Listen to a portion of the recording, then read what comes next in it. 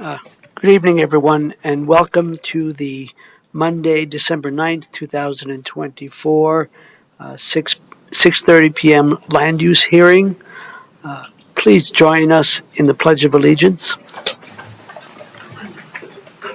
I pledge allegiance to the flag of the United States of America and to the republic for which it stands, one nation, under God, indivisible, with liberty and justice for all.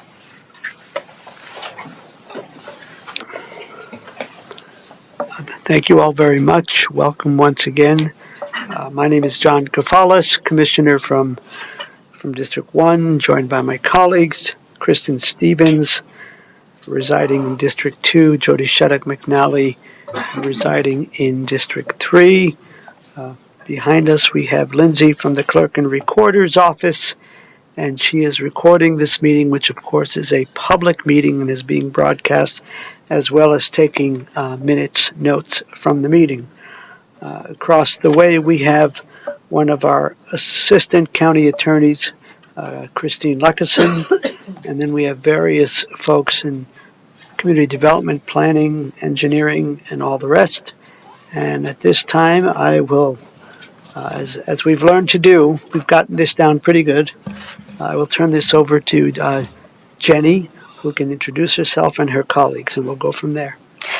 Thank you, Mr. Chairman. I'm Jenny Oxmacher, the Planning Manager. Joining me here in the dais, in addition to Christine Luckison, we have Tracy Shambeau from our Engineering Department. We have Senior Planner Michael Whitley.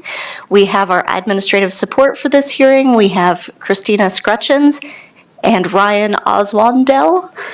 Joining us across the way, we have our Community Development Director, Rebecca Everett, and Leah Schneider from our Health Department. With that, welcome to the 6:30 land use hearing. Thank you for joining us. We respectfully request that all members of the audience silence their electronic devices. Please help yourself to a copy of the agenda and hearing room instructions, which are located on the wall just to the right of the hearing room entrance.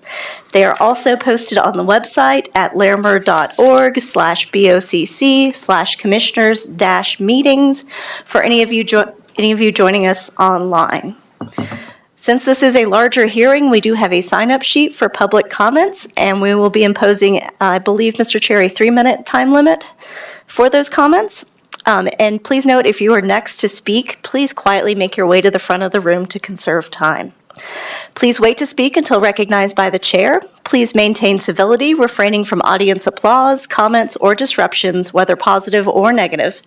Please make all comments to the Board of County Commissioners from the podium. We do have a portable mic available if needed.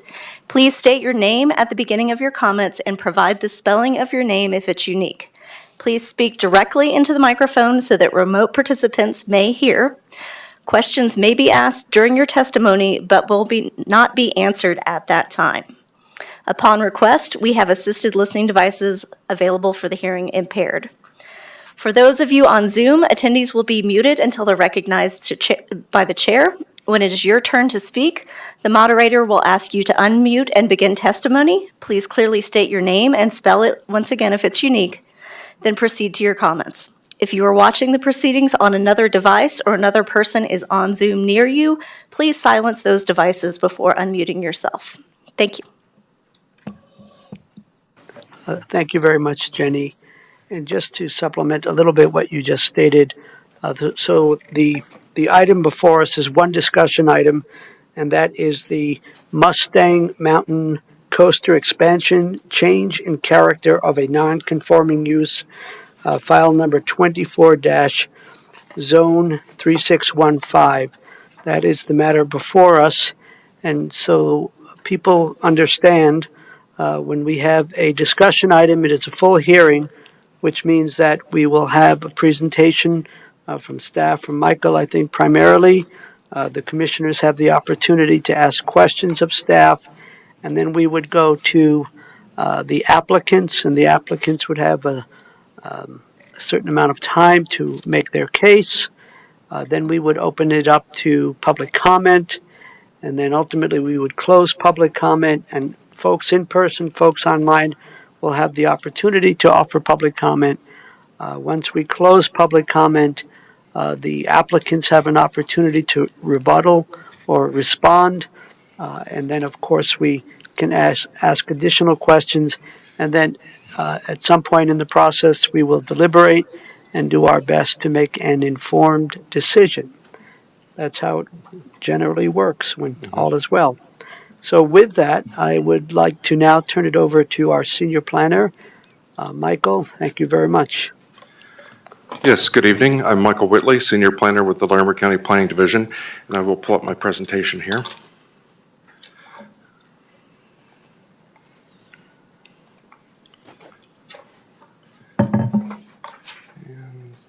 Oops.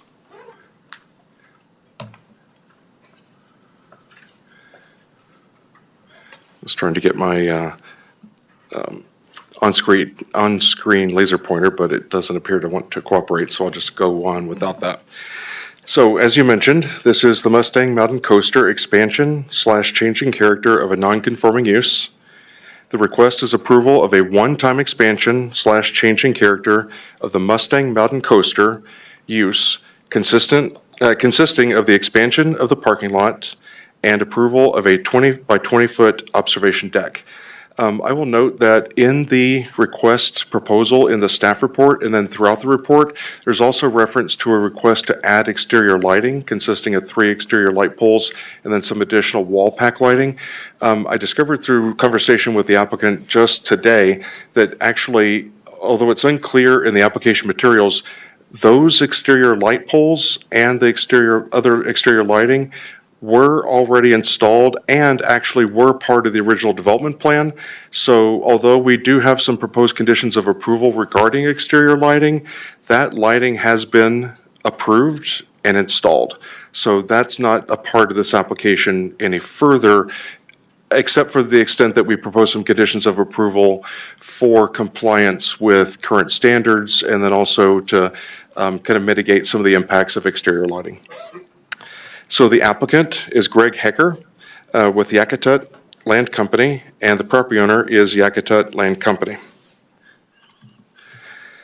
So the subject property is a 186.75 acre parcel at 1180 Dry Gulch Road, Estes Park.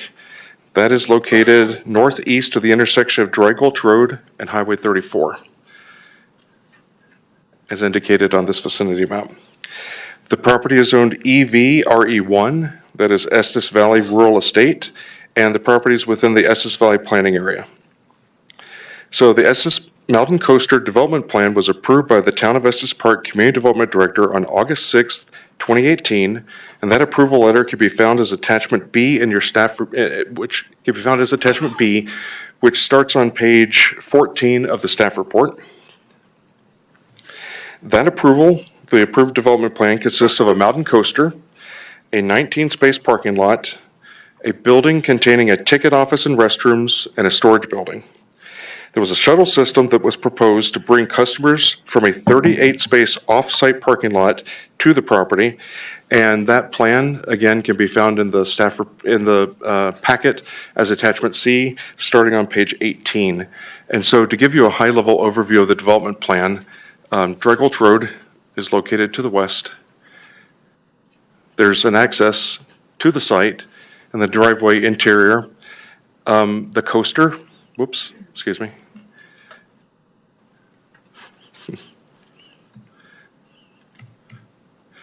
The coaster can be seen on this development plan. So this is the track for the coaster. And then there is a 19-space parking lot that is, infrastructure in support of the coaster.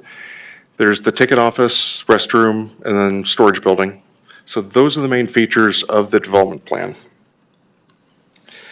So when the Mountain Coaster project was reviewed and approved, an intergovernmental agreement between Larimer County and the Town of Estes Park was in effect, and land within the Estes Valley planning area was subject to the Estes Valley Development Code, and that code was administered by the Town of Estes Park staff. So at the time of approval, the Estes Park Community Development Director determined that the proposed mountain coaster should be classified as a park and recreation facility and not as an outdoor commercial recreation or entertainment establishment. So park and recreation facilities were allowed by the property zoning, but outdoor commercial recreation or entertainment establishments were not allowed by the property zoning at the time. Both the classification of the Mountain Coaster as a park and recreation facility and approval of the Mountain Coaster were appealed by surrounding property owners. The classification and the approval were both upheld by the Board of County Commissioners at 2 public hearings, and those decisions were appealed by neighbors. Ultimately, the courts did uphold both decisions by the Board of County Commissioners, and actually there is a very long kind of legal history and there are additional public hearings and such, but that is kind of a summary of what was approved. And the reason it's important to kind of go through this is that there is a lot of concern kind of with the original approval process on the part of neighbors. And so there's also kind of questions about further expansion possibilities, and so we'll get into that a little bit. So the intergovernmental agreement between Larimer County and the town of Estes Park expired in 2020.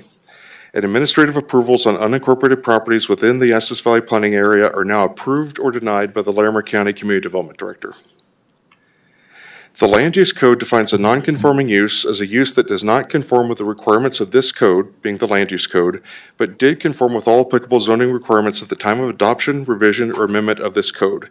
And so since the Estes Mountain Coaster was approved as a park and recreation facility, and because those uses are no longer allowed by the property zoning, this use is a non-conforming use. The Land Use Code does allow a one-time limited expansion or changing character of non-conforming uses, and so it's important to note that this is a one-time shot at change to the development plan. So Section 1107D1A of the Land Use Code specifies the extent to which a non-conforming use can be expanded.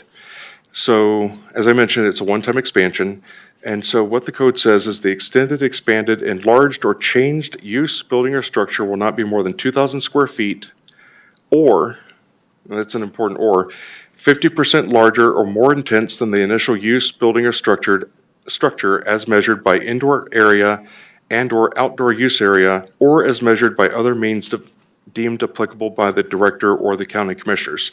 So there's a 50% threshold and there's a 2,000 square foot threshold mentioned in the code, but it's not a 50% not to exceed 2,000 as written. So let's see.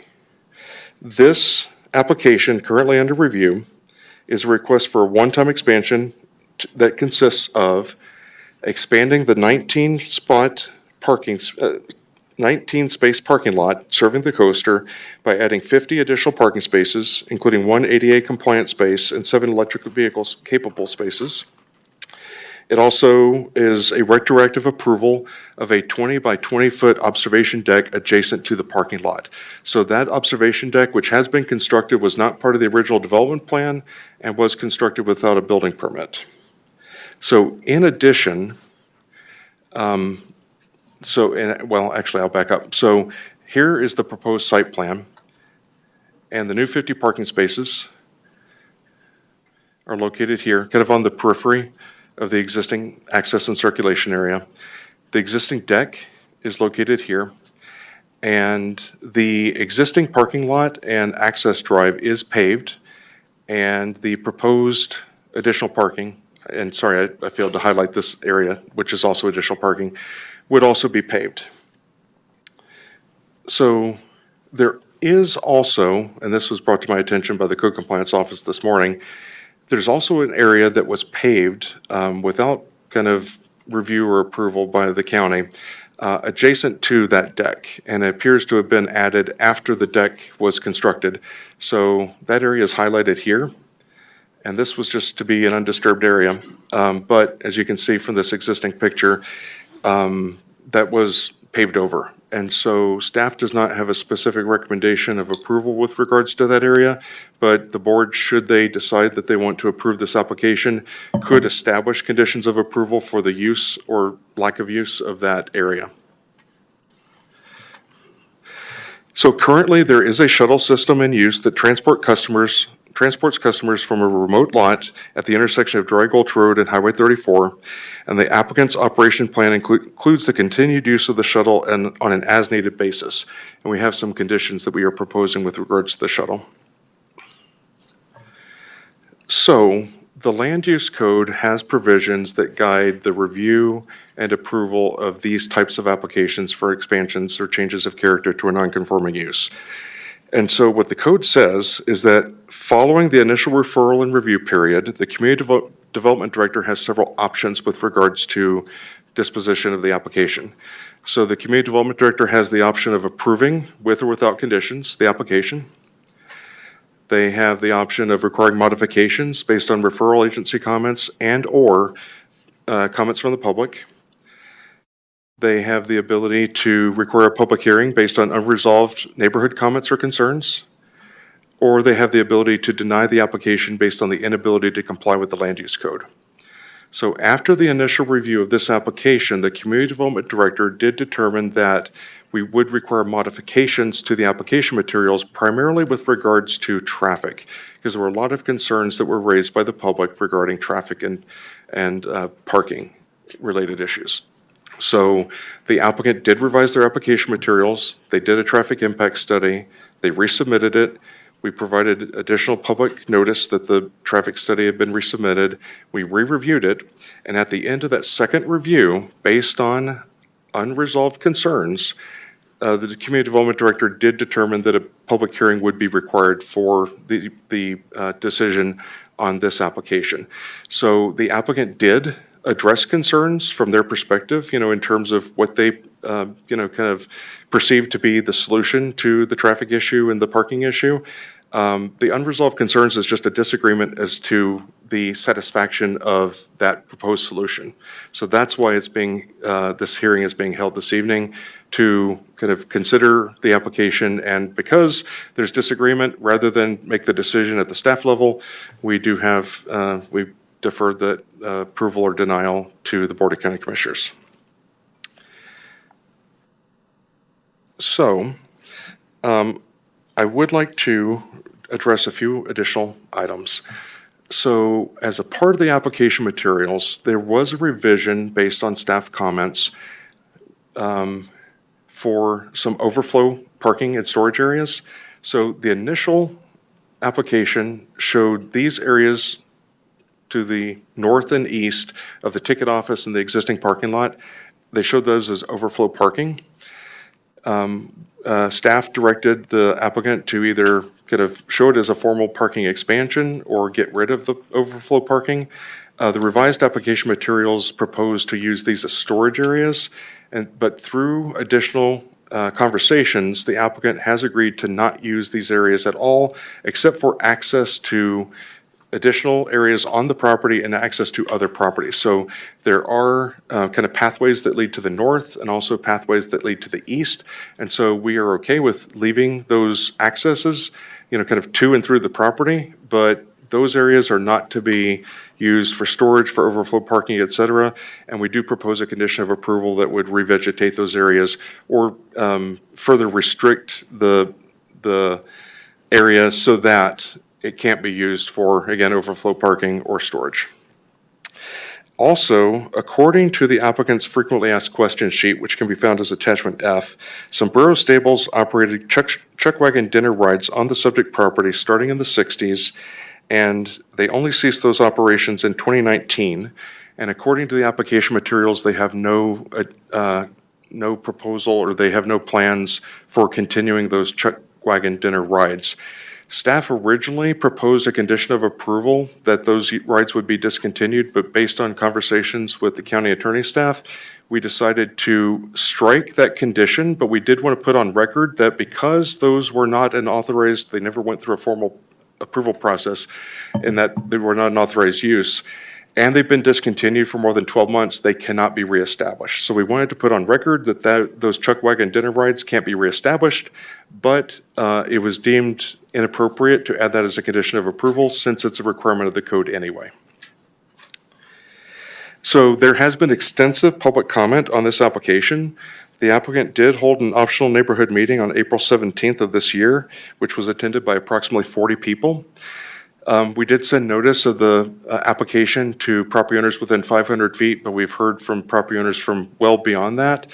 And so one of the things that I told people that I would do, which is not typical, is that if they contacted me with any kind of comments or concerns, I would put them on a list. And I sent notification to anyone who's contacted me of resubmittals of the EV PAC meeting, of this hearing, et cetera. So I have received in total just under 100 comments that have specific comments on this application. There have been dozens of other emails back and forth with regards to questions about the application and such that weren't direct comments on this. So there has been a very engaged public process on this. So this request was reviewed by the Essex Valley Planning Advisory Committee on November 14th. And at that meeting, staff and the applicant made presentations. There were 9 people who spoke. Many expressed concerns with the existing operation and also concerns about, again, continuing concerns about traffic, some concerns about noise, et cetera. There was one person who expressed support for the existing and proposed operation, and then there was a second individual who expressed support for the expansion subject to conditions that he had included within an email that is included in your packet. So I would like to reiterate, and I know I've said it, but it's important because there have been a lot of questions about this. This is a one-time expansion of this development plan. The code does not allow for further expansions beyond that one-time approval. Other changes would have to be compliant with current land use code requirements. Park and recreation facilities are not allowed in the zoning district. So unless there was a code amendment, there would really be no path forward for this application to modify further, to add attractions or further modify the site. So that has been a significant concern. But I would also like to reiterate that the Mountain Coaster was approved through a development plan. This application cannot affect that approval. So the coaster will continue to operate, kind of with the requirement that it operate within the conditions of approval for the initial approval. But the continued use is not a question for this hearing. And it seems, based on a lot of the public comment, that there is, kind of a perception that this hearing could influence the continued use of the coaster. There are impacts. Those impacts will either remain the same or they will be modified through the modification of the site. An additional comment I'd like to make is that there is a code compliance history on this property.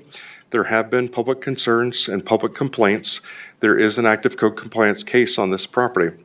The land use code, however, does say that when there is a code compliance case and there's an application on that same property, the review criteria are the review criteria for the process.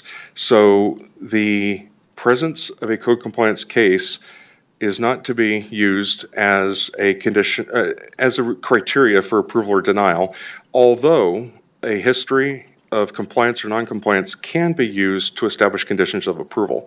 So just because there's been violations in the past is not a basis based on the land use code for denial of an application if the application meets the review criteria for that specific process, in this case, the expansion of a non-conforming use. So there are several review criteria related to this application, and I'm not going to go through all of them, but they do relate to the extent of the expansion, compliance with the development code, compliance with previous conditions of approval established by the Board of County Commissioners, Board of Adjustment, et cetera, an evaluation of impacts on surrounding area, both in terms of a compatibility perspective and also substantial adverse impacts. And then there's quite a few criteria related to whether or not a application constitutes a change in character of a non-conforming use with regards to, is the proposed change consistent with or supportive of the original approval? Are there new impacts that were not contemplated by the original approval, et cetera? So what I would like to say, and there's a lot of information in the report, and I'd be happy to answer questions as a part of discussion, but in terms of staff comment related to several of those criteria, this is, again, the one-time expansion of the parking lot and the inclusion of the observation deck. But the non-conforming use from staff's perspective is the mountain coaster itself. So the coaster is the non-conforming use, the parking lot, the access, the shuttle, that's infrastructure in support of that non-conforming use.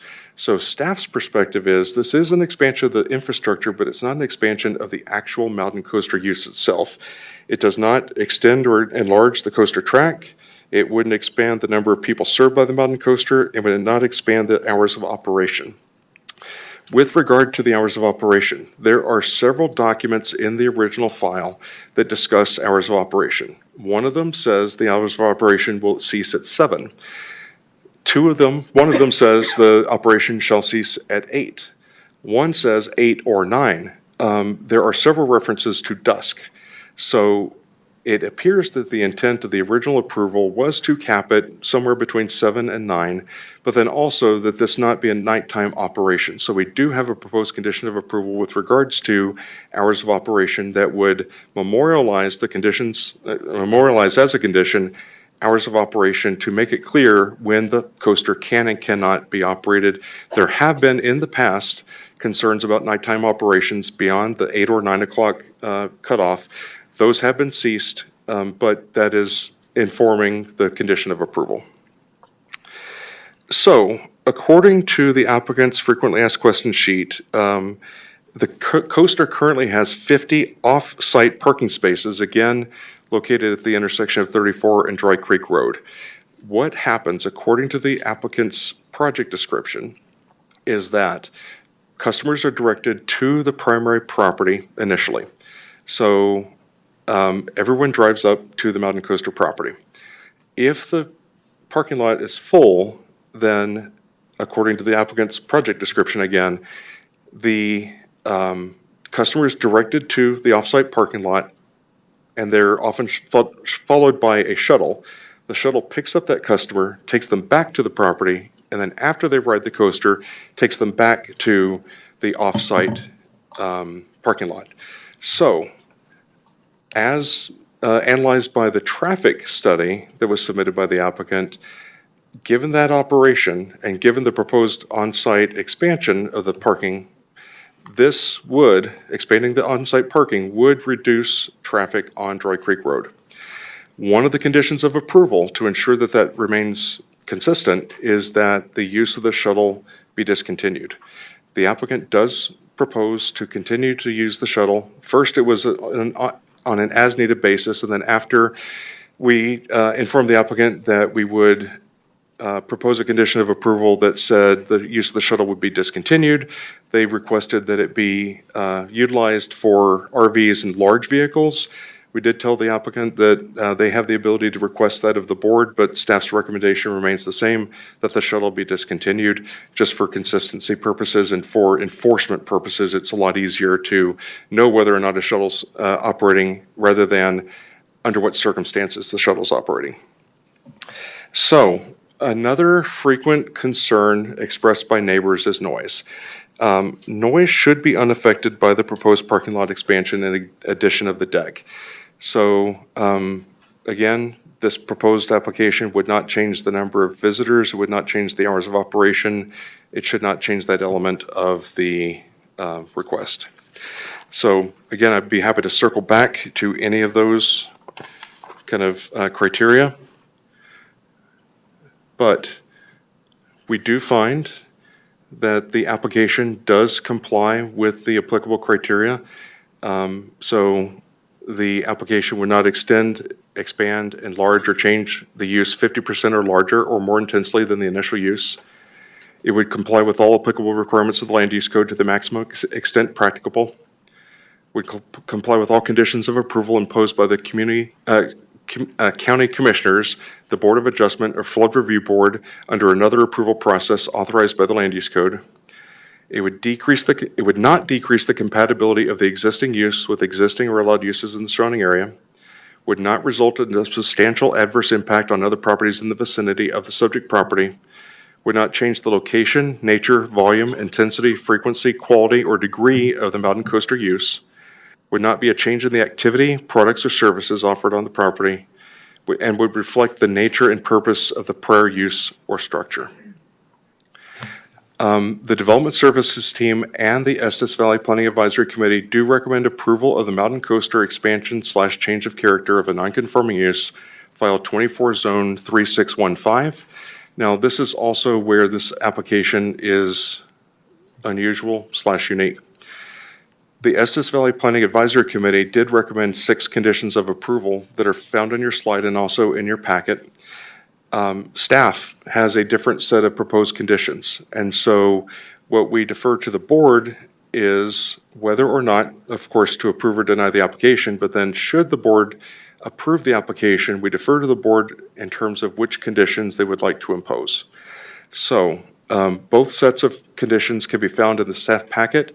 I would note before you, each of you commissioners, there is a revised memo. This is different from the memo I sent on the 5th. There have been revisions to the proposed conditions of approval.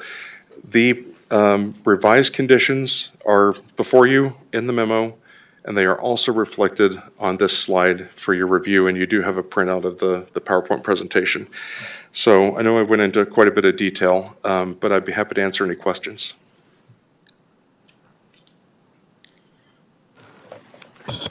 Thank you, Michael. Colleagues, are there questions for our senior planner? Yes, Commissioner. Thank you for that thorough presentation, Michael. Appreciate it. I want to go to your Development Services Team that you find that list of things that you find in character that would not extend, expand, enlarge, all those things. I just have a couple questions about some of your findings. Let's see. One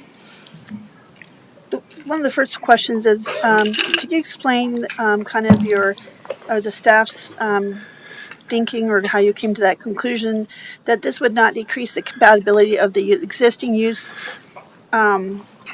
with existing allowed uses in the surrounding area? Because as I understand, a lot of those areas are residential around there. And so I'm wondering why that would be compatible with allowed uses in the surrounding area when I'm kind of very familiar with that area because I hike a lot around there. And so I'm just curious about, I don't know of any other commercial or uses in that stretch of road right there. Correct, and that kind of goes back to my discussion about the original approval of the development plan and what this application does and does not do. So the development plan was approved, and the development plan, the implementation of the development plan has resulted in impacts. So traffic, noise, light, etc. The question is, does this application, which changes the on-site, actually what it does boil down to is it takes the off-site parking and removes it from off-site and puts it on-site. Does that result in compatibility or incompatibility with the surrounding area? Now, given that there are impacts associated with this use, does the proposed change increase or decrease those compatibility concerns? From a staff perspective, and of course, we defer to the board. The board has the ability to make their own decision with regard to impacts. From the staff's perspective, this application, because it decreases traffic on Dry Gulch Road, does not increase the compatibility concerns with the surrounding area, and arguably, if it does decrease traffic, it increases the compatibility because it decreases the impacts. Mr. Chair, may I ask another follow-up question? Thank you. Have you asked the applicant, this is a question for applicant, have they discussed any other kind of solutions to metering or timed entry kind of things that Rocky has a lot of experience to limiting how many people can, when they know they can arrive and not arrive, and shuttles so they don't have all those increased traffic and they have to follow the car.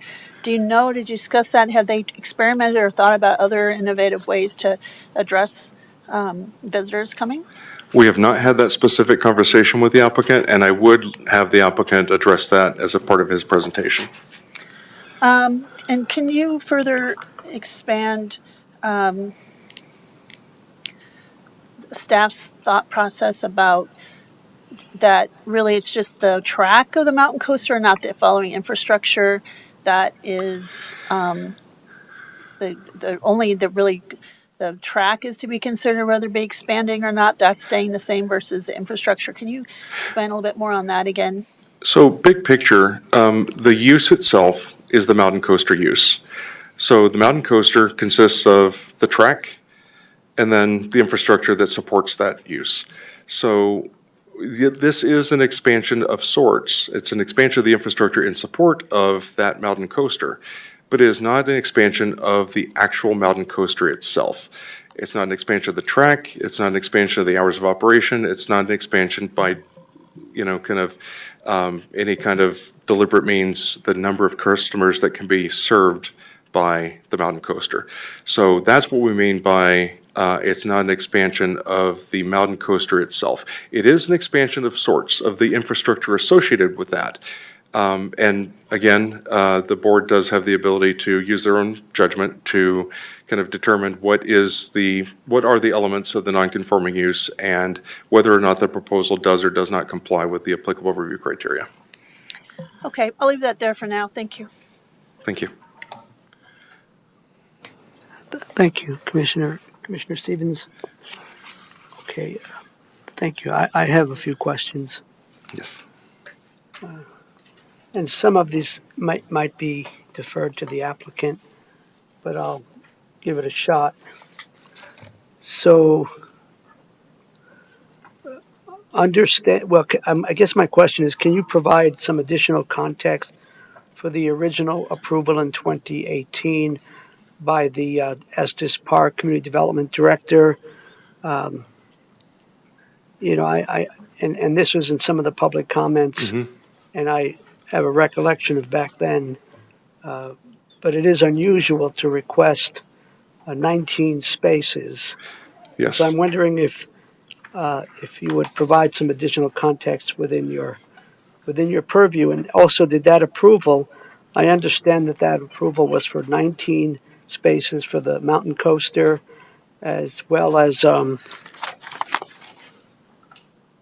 the ticket office, restrooms, and a storage building, and then a proposed shuttle system. Correct. Yeah. Did that include the lighting? When you said the lighting had been approved, was Yes. that part of the original approval or subsequent?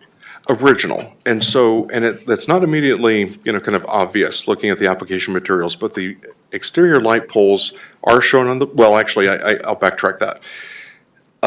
The poles are shown on the site plan, and there is discussion in the operations plan about lighting, that there will be exterior lighting, that there will be three exterior light poles, and that they will be downcast and shielded.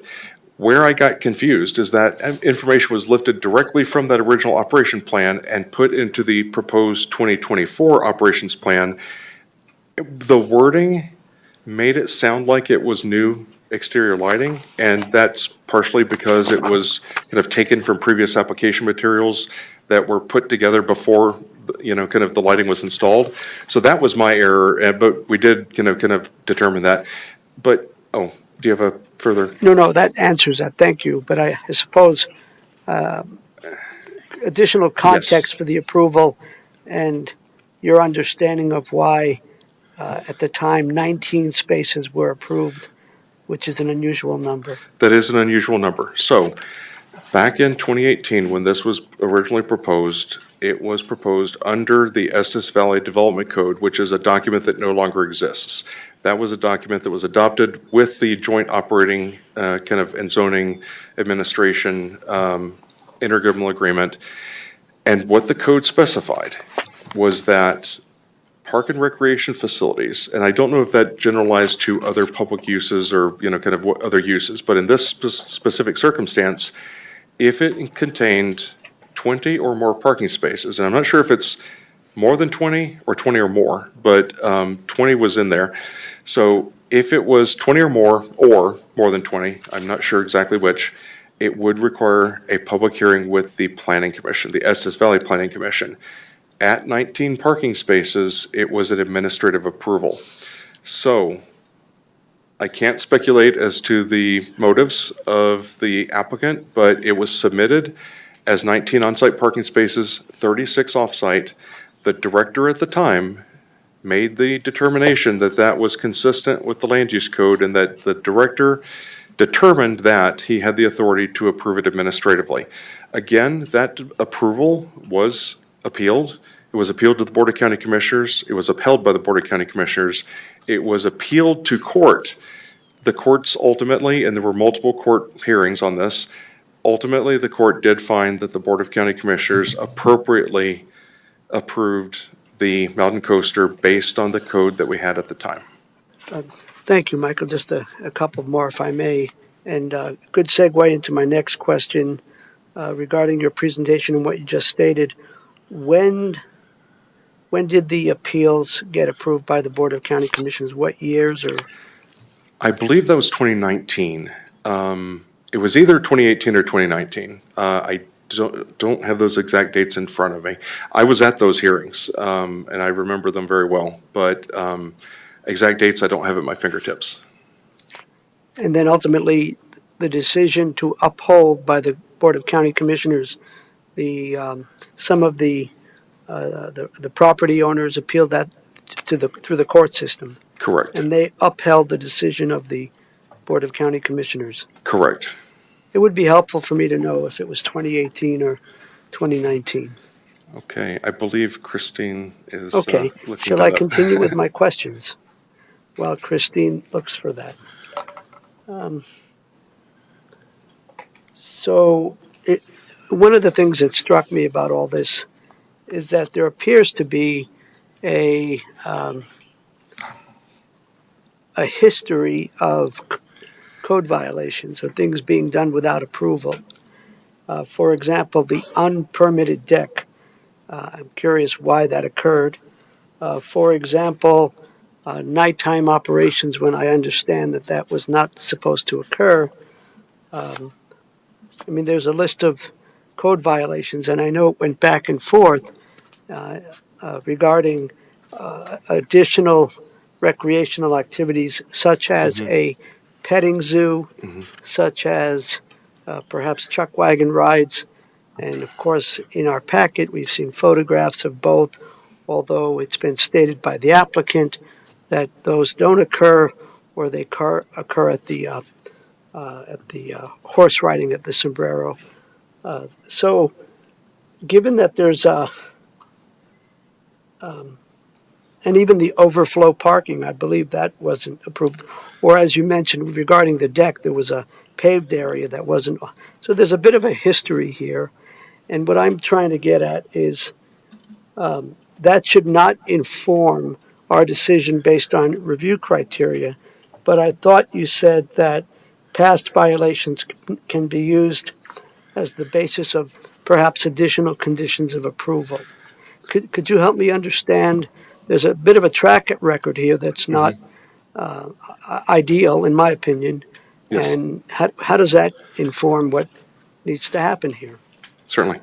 And I'll answer your previous question first. So the appeals were in 2019. Oh. But then also, so the land use code does specifically say when there are violations and there are investments in a property that are made, kind of without approval, when an application on that same property comes forward, the the review criteria for the application under review is the I keep saying appeal, is the review criteria found in the code.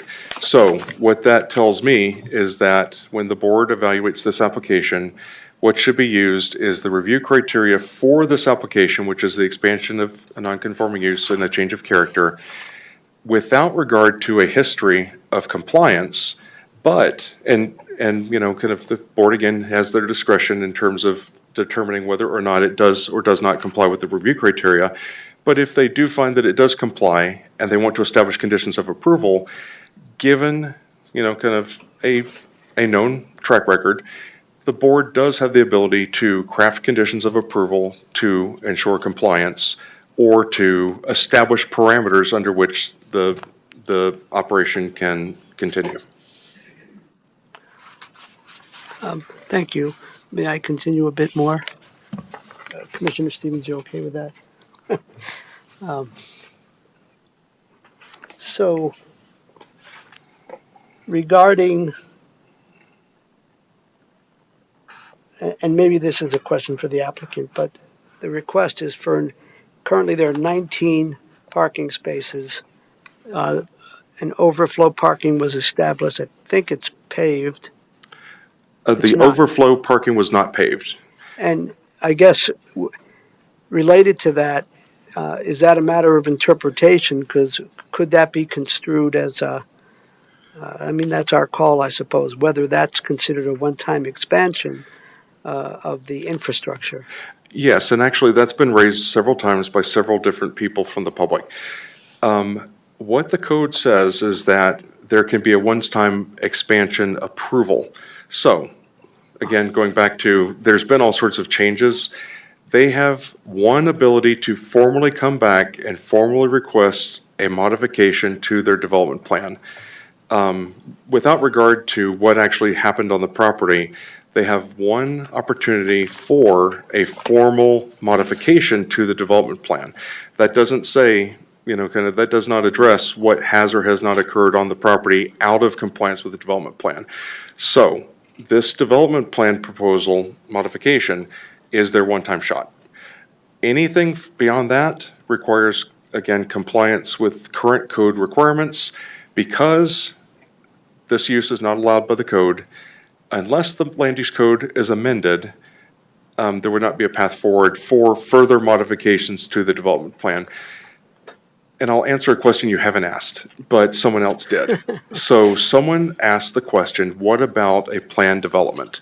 So a planned development is a specific zoning district that can be proposed that proposes a use that could be, could have not contemplated by the land use code. So the question became, okay, so what if a planned development was proposed? My answer to that is, the applicant could propose to rezone to planned development. However, one of the criteria for a planned development is that the planned development would result in development that would be consistent with the comprehensive plan. The comprehensive plan for this property identifies this property for residential uses, the current EVRE zoning. So a mountain coaster would not be considered a residential use, and it was allowed by the code back in 2018, but it's no longer allowed. If it was proposed, we would have to recommend denial because that's not consistent with the comprehensive plan as it's written now. So there, there could be a proposal, kind of put forward, but that would not be consistent with the comprehensive plan. Well, and just to go back to the overflow parking matter that I raised, I'm understanding from your response that that couldn't necessarily be viewed as the one-time expansion because it was not approved. So the one-time expansion is a one-time modification to the development plan. Changing, kind of the site without approval is not a modification to the development plan. Thank you. And I guess these questions might be more for the applicant or for some further discussion. The whole issue of the shuttle system, I think the way it was set up, it was not set up to succeed. When you look at the signage, the justification and the traffic study indicates that the additional parking spaces will not necessitate a shuttle system except on an as-needed basis, and yet it doesn't really get into if the shuttle system had been deployed in a way that perhaps was more effective, that might have helped address, some of the unnecessary trips up and down Dry Gulch Road. Yes, and I will let the applicant address that. Yes, very good. Thank you very much for answering my questions. Of course, thank you. Yes. Anything else, colleagues? Well, then I believe that moves us into the opportunity for the applicant to present. And there's some folks here.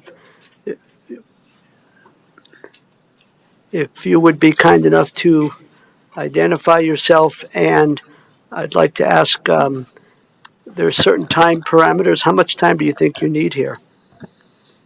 I think I was allotted about 10 minutes. I can try to wrap it up in 10. I think that might be a little ambitious. About 15 to 17, I could probably get everything done. Well, I think 15 or 17 is a bit ambitious from our perspective. Let's go with 12. Fair enough. My name is Greg Hecker. I am the Director of Operations for the Mustang Mountain Coaster. Here tonight, obviously, to talk about our application for expansion of a non-conforming use up in Estes Park at the coaster property. Essentially, what the project proposal is, fairly simply, it's two things.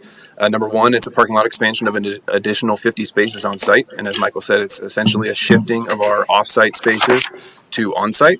And number two, it's amending our operating plan to reflect the new traffic patterns as a result of that new parking structure. The breakdown, again, on site, we have currently 19 spots, adding an additional 50. That'll bring us up to a total of 69, 3 of which are going to be ADA compatible. 2 of which are currently ADA compliant. So 1 new ADA space, and then 7 EV spaces or EV capable and ready spaces as well, as defined up by the Larimer County Code. All the development's going to exist within really the existing drive aisle of the current parking lot as well. So it's going to be minimally invasive and low intensity of use. The reasons for the application are really fourfold. Number one, we're looking to really consolidate all of our operations into a single location. More people, more spaces, more locations equals less efficient operation and, quite frankly, less public safety. So we're trying to consolidate as much of the resources as we possibly can. Number two, we're trying to ultimately reduce our operating footprint, namely reduce our usage of Dry Gulch Road as well as the off-site remote parking lots that are privately held. Number three, we're looking to focus on our core competencies of operating. We're in the business of putting people on coaster carts, not in the business of public transportation. So we're trying to reduce our utilization of public transportation if possible, focus on our core competency of offering coaster rides.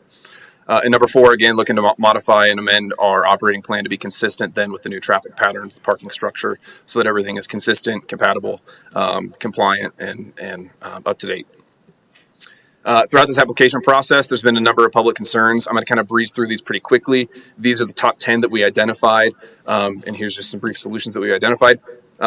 Traffic was obviously the biggest concern. The proposal of this project was ultimately to try to reduce a lot of that impact on Dry Gulch Road. The theory being that shifting parking spaces up on site is going to create 2 trips as opposed to 5, and I'll get down to that in the traffic flow pattern here in just a second. The traffic impact study confirmed our theory that, in fact, shifting the parking to on-site would reduce the traffic impact down Dry Gulch Road, and as well as not going to require any additional capital expansion. So no turn lanes, no traffic lights, no stop signs, no nothing. We can just operate as is with the existing infrastructure. And ultimately, it's going to provide a more efficient, more safe environment for staff, for patrons, and for residents. There was concerns over the validity of the traffic impact study as well. Some of the data, some of the metrics, some of the performance standards or how do I say, the collection standards or whatnot. We do have the engineer that performed the impact study here with us tonight. So she's here to answer any technical questions you may have about the data collection, analysis process, whatever may come up. She's here to answer those questions as well. So again, the base traffic flow, in order to service a customer right now, once we reach our 19 parking spot threshold, there's 1 trip to arrive on site, 1 trip to follow a shuttle down to a remote lot, 1 trip to get on the shuttle, return back to the coaster base, 1 trip to return back to the shuttle lot when you're done on the coaster, and then the shuttle has to make 1 return trip back to the coaster to reset for the next launch. So that's 5 trips to service a single customer coming in addition to that 19 parking spot threshold. Shifting the parking to on-site, where they can just arrive, park, and depart when they're done, makes 2 trips. So ultimately, it's a 3-trip reduction in order to service that same client. Future expansion was another big concern of the public. Ultimately, we understand the implications of the land use code. This is our one-time threshold. This is what we're asking for our one-time expansion. We're looking for nothing more, requesting nothing more, and anticipating nothing more. There were concerns over the shared land use. Namely, there was notes of petting zoos and chuck wagon rides. Chuck wagon rides have been something that Sombrero did dating all the way back to the 1950s. There was always some sort of wagon ride or horseback ride to a cowboy cookout. Those ceased, to my understanding, in 2019. And according to county regulations now, because they've been discontinued for so long, I don't believe they can come back. And I haven't heard any rumor from Sombrero Stables that they plan to come back. But the property has been shared use ultimately since its inception. Also going back to the livestock, Sombrero Stables does own and operate livestock. They have a horseback riding stable. The history of the petting zoo, one, it was never a petting zoo. It's a temporary paddock structure that was installed as a result of a unanticipated baby horse being born back in 2023. May of 23, I believe it was. When that horse was finally moved out of that paddock, 3 goats replaced it. There was never any entrance into the paddock itself. It was simply a walk-by viewing. Mustang Mountain Coaster never owned, never operated, and never was responsible for that livestock, nor will they ever be responsible for livestock. We're not in the business of livestock. We're in the business of coasters. And ultimately, they were an operational inefficiency for us as well, because they required people to, or they didn't require, but they caused people to stop and look, and ultimately reduced our turnover in our parking lot. So here's just a quick shared land use map. That's the entire parcel outlined in purple, of which the purple is also Sombrero Stables use. They use the entire parcel. The green shade is the coaster itself. That's the part that's exclusively coaster. And then the yellow shaded area is the shared use, which is mostly the drive aisle plus a couple of emergency access trailways. One question that came up, this was at the public meeting that I held back in April, was how can we trust you? There's been a history of noncompliance. We were issued a formal letter of noncompliance from the county back in, I believe, August of 23. The 2 issues on that letter of compliance were night rides and overflow parking. Since September of 2023, all of those issues have been fully resolved, and we haven't received another complaint since. In fact, we have also established a compliance officer department, myself being the compliance officer. My contact information will be posted publicly for any further and ongoing concerns, comments, or complaints that any resident or member of the community may have. And I will be an initial liaison before a formal complaint needs to be filed with the county, and I will be the individual working with the county should a formal complaint be filed with the county. Another issue was, what is the impact on natural resources? Ultimately, what we're looking at, when you look at the entirety of the parcel, we're looking at 0.3% of ground disturbance. So again, minimally invasive, low intensity. One of the concerns was, if we approve parking on site, what stops them? What stops the Mustang Mountain Coaster from just expanding even further with full bore shuttle operations and on-site parking? Well, ultimately, again, our intent is to consolidate operations, to consolidate resources. And we'll get into this later, but I have no objections with eliminating the shuttle service, minus one small request. We don't want to be in the business of shuttling. We want to be in the business of coaster carts. So we are committed to reducing the impact on public roadways as well as the private resources that we've been using currently. Again, we kind of addressed this already, but noise, we're not trying to increase or add any additional features or functions that increase the noise. So we don't anticipate that we're going to have additional volume as a result of the parking either. So we'll have the same amount of clientele. They're just going to be parking on site, which I don't believe is an intrinsically noisy operation.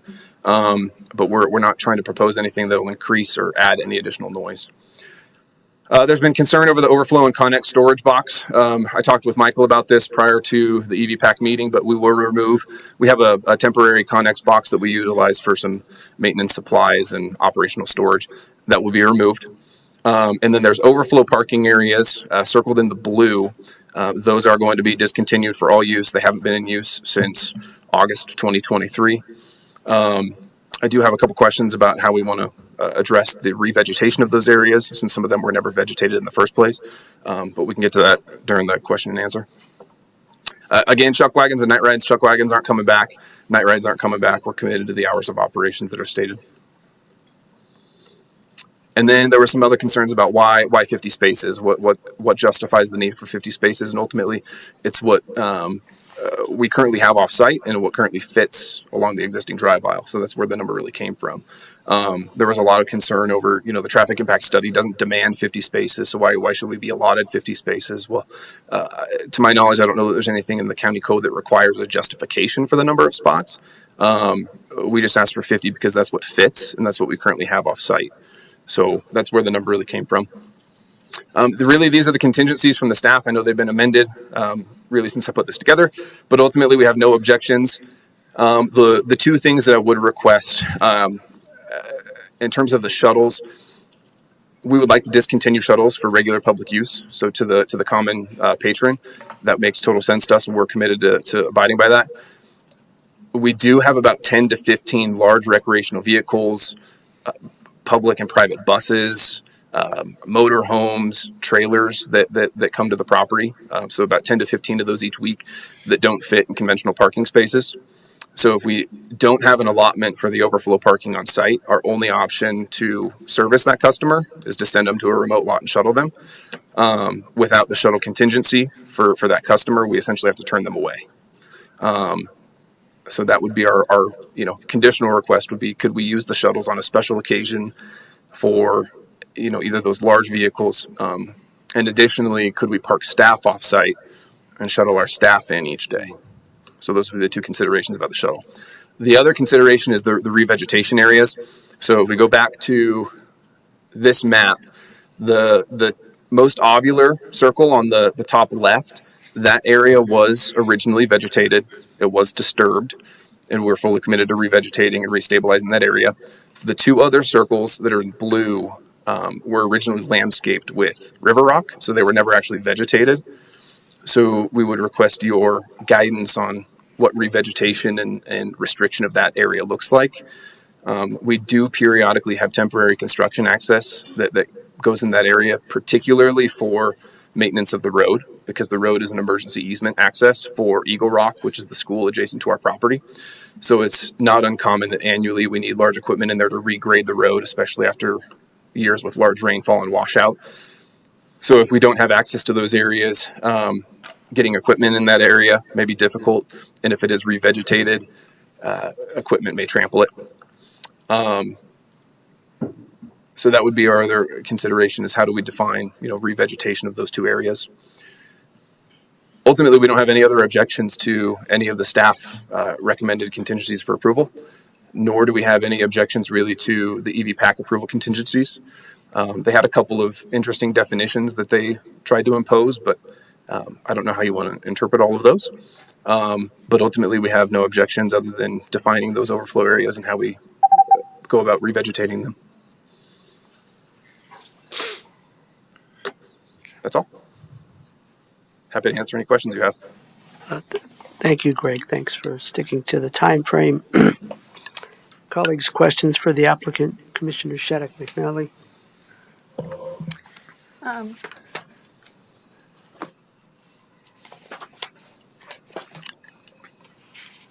Thank you, Mr. Hecker. I'm just curious, you talked about that you have private shuttles or buses coming in and dropping people off, or RVs. Isn't that also, they need to park there or they drop off? And I'm curious, how many times a day does that happen? And wouldn't that be even more people coming and more noise and more rides? Yeah, I mean, so it's not uncommon that we'll get like a corporate group that's coming to stay in Estes Park that has a private shuttle for the week. They're staying at the Stanley or a different resort, and they'll come for a day just to the coaster. And they're not setting up a private event or anything. They're just coming to attend. So they'll come and they'll drop off 15 to 20 guests, which isn't uncommon. And I'd probably say it happens, not that particular context, but a large vehicle, a motor home, someone pulling their camper trailer, someone pulling something that can't park in conventional spots. It happens roughly about 10 to 15 times a week. So it's not typically, 5 to 10 times a day, but it is happening regularly enough that it would be a substantial loss to force them to go away. But yeah, there's a couple of options that they have. I mean, some of them return to wherever they're staying, their residence. A lot of the bus drivers are hired out privately and they're not actually attendees themselves, so they stay in the bus. It's in those contexts that, having the remote lot is nice to cater to them. But again, I would say the private event with the big bus is probably a less significant factor than the retired couple coming in their RV. So where it's, 2 or 3 family members all in their RV together. Because it's a tourist location, I mean, it's really not uncommon that we're getting a large RV or, even just a truck and trailer coming to visit the coaster. Could you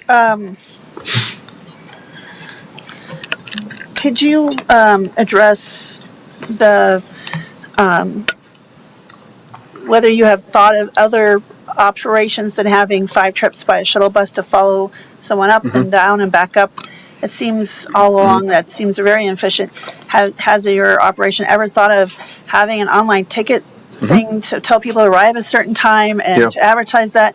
I know of other groups that do that, and it saves a lot of frustration and headaches, and could really address some of these. I'm curious why have you ever thought of some other kind of operation than having our shuttle bus follow people up and down like that?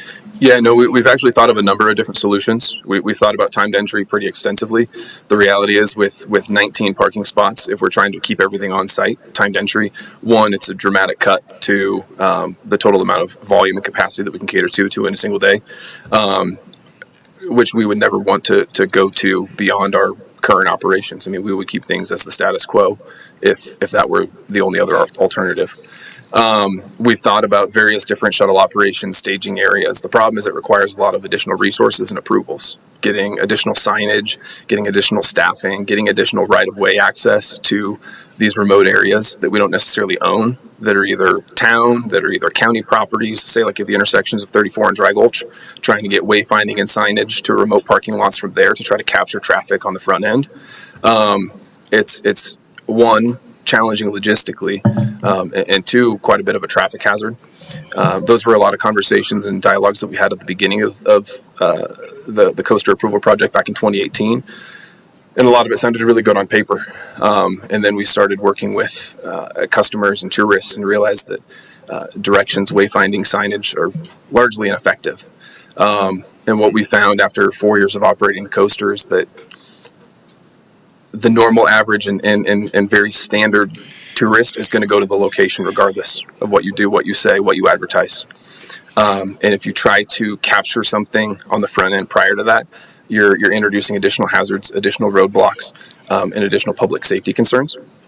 And ultimately, the current shuttle system we have is the most effective, most efficient system to cater to the volume and demand that we currently have at the coaster. So I find that interesting, considering that we just had a big, long conversation with our staff about our wayfinding package and how important that was and how important it was for other things, and it seemed to be very effective and going to be actually a much better, safer use. No, I was referring for folks who are like all the advertising that you do, and I see that it is kind of advertised as night riding, and I see the Chuck Red rides, and I see the pet. I mean, it doesn't say a petting zoo, but you encourage them to come over and meet them. Online where you sign up, you should come at 2:00 to come ride. Because I believe in the beginning, as I look, and I followed this for a while, and I'm reading through all these documents, that the 19 spots was to kind of reduce the impacts, the amount of people, the amount of noise, the amount of traffic. And it seems like, it just seems like you're looking for ways, if you have private buses come and dropping off 15, 20 people, or having it just looked like there's more of an increase than I think that was originally proposed or thought of. And so when I talk about other innovative ways, there is a way of signing up for tickets, when you can come. Just like, Casa Bonita does it now, other organizations, and I'm just curious, have you ever thought about it wouldn't take staffing if you're running something electronically? Yeah, absolutely. No, I think... I think the biggest example that we have in the area is the timed entry into the national park. The problem with that is that it's a timed entry, not a timed departure. And if we're working with 19 parking spaces and we have a timed entry, then we become in the business of forcing people to get off the property. And we're essentially giving them a time limit that they can be there. And now we're in the business of babysitting to make sure that they leave on a timely matter. I may not see eye to eye with you on this one because, time entry is working and then when it's overflow it goes and the shuttle is coming every hour and then it works for Rocky and these things and keeps the impacts down. So I'm just curious. I don't need to barter with you or argue with you on this. I'm just curious that you answer my question about whether you had thought about this. Okay. And I guess that's all I have for now, Mr. Chair. Thank you. Thank you. Commissioner Stevens, do you have any questions for the applicant? Just one that I can think of right now. So, like somebody with an RV, can they park across a couple parking spots? I mean, or is that not allowed? People have to park in like a designated lot. You know what I'm saying? Yeah, I'd like to go to two or three a. spots if I have an RV, or I'll pull up they do a at CSU illustration of the site. all the time. I don't know.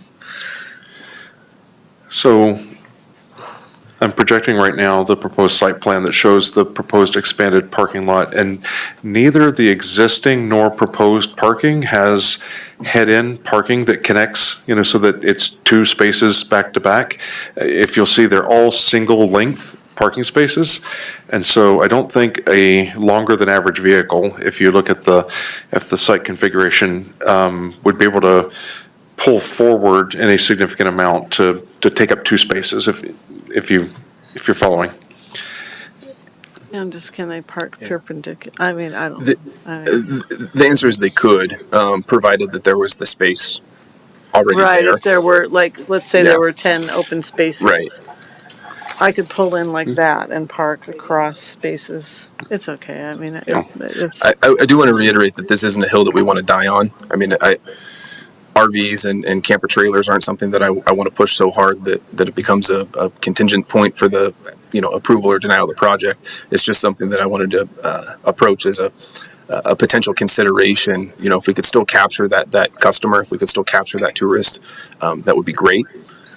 If that's too much, then it's not a hill that I want to die on. Thank you. I have a couple of questions. Maybe to follow up on this line of discussion regarding the proposed additional 50 spaces. If you're concerned about larger vehicles or RVs or campers being able to enjoy what you have to offer, would it not be logical to convert some of those 50 spaces to ones that can accommodate 5 RVs or a handful of RVs? Yeah, I mean, it's the cost benefit of, if you take 5 spaces to accommodate one RV, how many more individual vehicles could you actually accommodate versus, a single RV? So that was where, in putting this application together, we found it most valuable to focus on the individual spots, anticipating that we could still use some of the remote lots as an as-needed basis. It wasn't until the staff came out with a recommendation that we discontinue the shuttles altogether that I thought about having it as an additional contingency or as a consideration. So from our perspective, it's more valuable to have the individual car stalls as opposed to the large vehicle parking. Yes, I can see that, of course, that would make sense, of course, more customers. It still doesn't erase the possibility.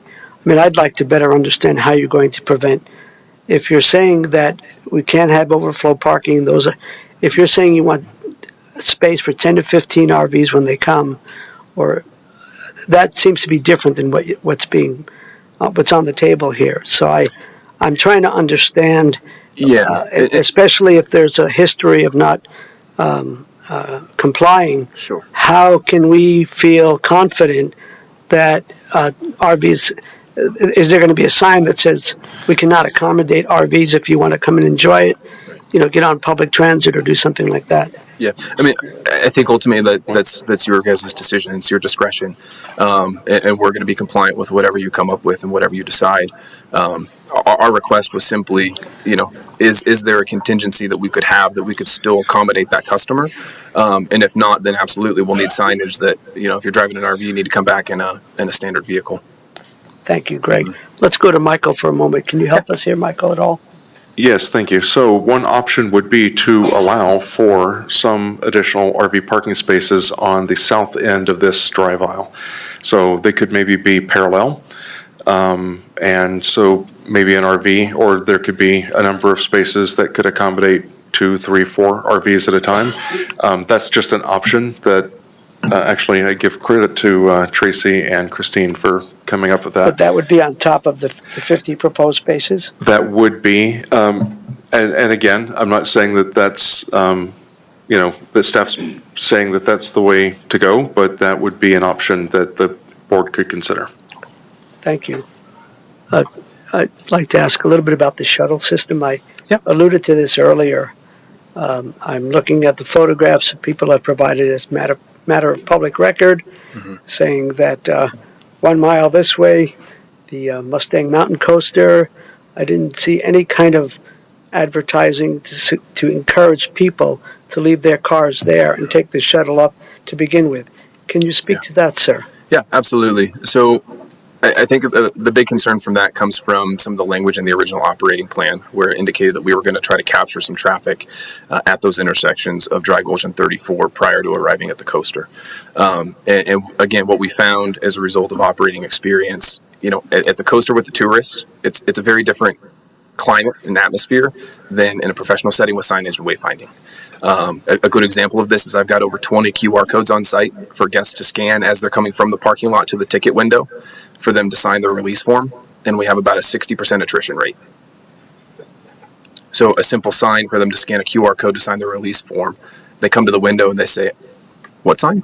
What QR code?" We've got them posted in the bathrooms on the mirrors so that they can see them. So ultimately, with that operating experience, you start integrating signage and wayfinding with traffic, and especially the remote lots that we have access to. The one in particular on the corner of Dry Gulch, let's see, it's on the north, was at the northwest corner of Dry Gulch and 34. The access is actually from Highway 34, but that goes to North Lake Avenue, which is another access road to get into the lot.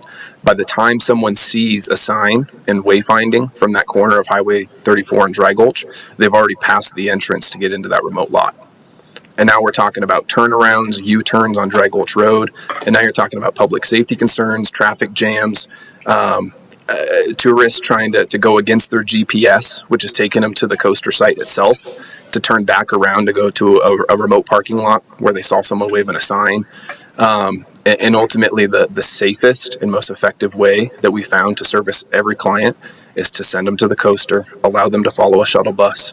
That way we know they're there, we can control where they're going, we can ensure that they get to the lot safely, and then they hop on our bus, and then we can service our customer.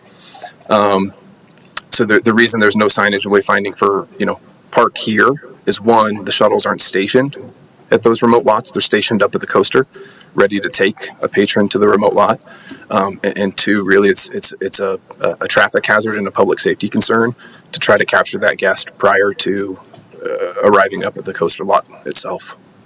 Well, I certainly can appreciate that. I might have a different opinion about, where do you station those shuttles. I mean, the purpose of a shuttle is to reduce vehicular traffic, and I'm not a traffic engineer.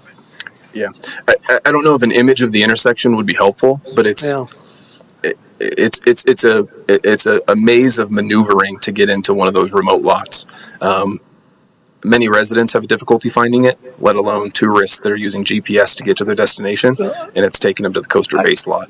I appreciate that. Maybe one last question, if I may, Greg, and it gets back to what I've suggested about the history of violations, and you're asking us to have some level of confidence that that won't be repeated, and it's been explained to us that that cannot factor into our review of the criteria, but that perhaps it might inform any potential additional conditions of approval. So I guess my question is, how can we feel more confident that whatever has happened in the past is not going to happen moving forward?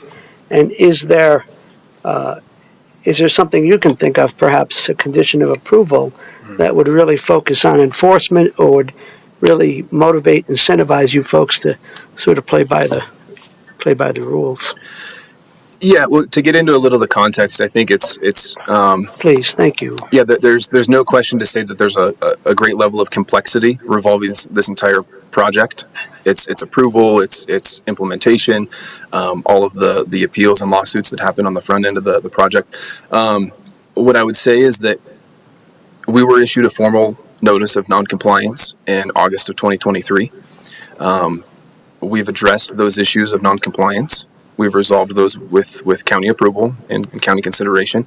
And we've not been issued, well, apart from the recent complaint about the deck, which wasn't implemented and installed prior to that date in 2023, there have been no further complaints. So ultimately what I'm trying to say is that a lot of the modifications came about during the 2021 to 2023 timeframe, in which I think there was a lot of confusion about, one, who the regulatory agency was, because the IGA dissolved. It was not renewed, or expired, I should say. And we fell into a different jurisdiction of land use authority, which changed the standards of what was compliant, what was not compliant. And I think there was a level of, private property rights at play of, a property owner performing work on his property that he may not have looked into the regulations prior to completing the work. So ultimately, the promise here is, one, this is our one-time expansion. We understand that. We're okay with that. We accept that. And that's what we're here to propose. Two, I've established that compliance office with myself as the compliance officer to field any additional concerns and comments from the community. And ultimately, it's the community that's going to, raise the concerns and be affected by our operating activity. So if they have a concern, I would hope and trust that they would actually utilize me as the resource in the compliance department to address it. I answer my phone. I reply to my emails very promptly. And I want to work diligently with the county to be entirely compliant and collaborative about moving forward as an operator in unincorporated Larimer County. And again, I appreciate all that. And I appreciate that apparently you have addressed the letter of compliance that you received from our folks in August 2023. And I believe at least one reason for that was the overflow parking. I thought there was another thing, but I didn't capture it. Night rides. Pardon? Night rides. Okay. I mean, there appears to be other things, and so it's a positive that you worked with our code compliance folks. But still, I have a little bit of concern, and I'm trying to think through what could be done to make sure that folks play by the rules. But thank you. Like a contingency. Well, I think, EVPAC had one contingency of approval for regular inspections. And I know that, Michael, you had mentioned in your recommendation to the county commissioners that if you were to consider that contingency, that you set forth the standards then for the county compliance department as to what those regular inspections look like, what it requires, what information you're looking for. And that's a thought, but I'm also mindful that our code compliance people are Right. pretty stretched out, and I don't know how Right. realistic it is to expect that somehow for this particular proposal, there would be some kind of inspection process. I mean, I'm open to reporting. I mentioned with Michael earlier that in some of the special use cases, I'm happy to submit requests prior to some special use. I'm happy to submit quarterly reporting. Whatever data or analysis that you would want as a board and as a county to ensure that we're being compliant, I'm happy to provide and cooperate with. I appreciate your responding to my questions. So I don't have anything else at this time. Then I believe, thank you. Thank you. And I would encourage you to listen attentively to whatever public comment we may receive, as you will have an opportunity to respond. Thanks. Of course. Thank you. Mr. Chair, can I just make one clarification? You can go ahead and sit down. Please, Jenny. Regarding the code compliance case and potential conditions of approval, those conditions of approval do need to have a nexus based on what is going before the board tonight, which is the non-conforming expansion, one-time expansion. So just please bear that in mind when you're considering what conditions you would like, if any, to impose. Yes, thank you very much, Jenny, reminding us about the importance of, or the requirement that there be some kind of a nexus. Okay, with that in mind, we'll move into public comment. Let's see, please, by a show of hands, how many folks here present wish to offer public comment? Could you do that? Well, let's see. It's getting 1, 2, 3, 4, 5. Okay, 5 folks. And thank you. And do we have a sense of folks online? Yes, Commissioner, we do have a sign-up list already prepared, so we were able to call the first person who signed up for public comment to speak. We have a variety of in-person and online Right. people who have already signed up. Okay, so let's begin with the in-person folks since they are here. And as was mentioned earlier, we ask you respectfully to keep your comments to 3 minutes or less. And who would like to go first? So we have Jeffrey Oh, Letchworth. there's a sign-up sheet, that's right. Yeah, I apologize if I'm mispronouncing names, followed by Bob Levitt. Very good. Please, sir, come on up. I'm sorry, I Can can't. we find out how many are online? How many folks are online? I was trying to get that. There are at least 3 on the sign-up sheet online. In total, we have just 1 person online. Oh, with the hand raised, we have 5 attendees. Did you say we have 5 people online, Correct. give or take? Okay, and about 5 folks here. Does that answer your question, Commissioner? Thank you. Good evening, sir. Please identify yourself for the record, and you've got about 3 minutes or less. Thank you. I'm Jeffrey Letchworth. I live on Devil's Gulch Road.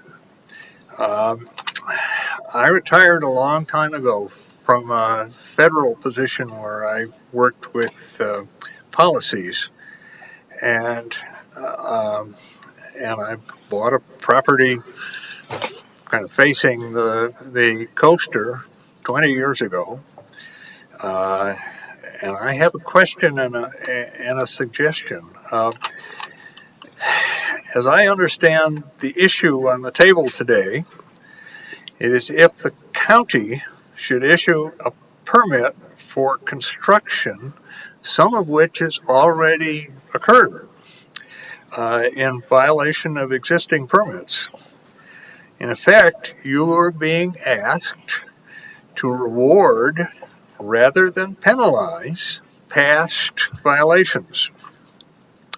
I believe this issue is bringing you to the cusp of destroying the legitimacy of the county's permit system. Ask yourselves, if you approve this permit, why should you expect any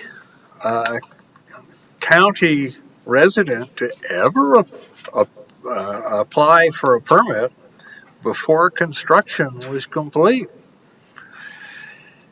And if you ever try to stop another project that doesn't have a permit, won't you expose the county to legal action for selective enforcement because of the precedent you have established when you approved the coaster permit? So I agree with your concerns here.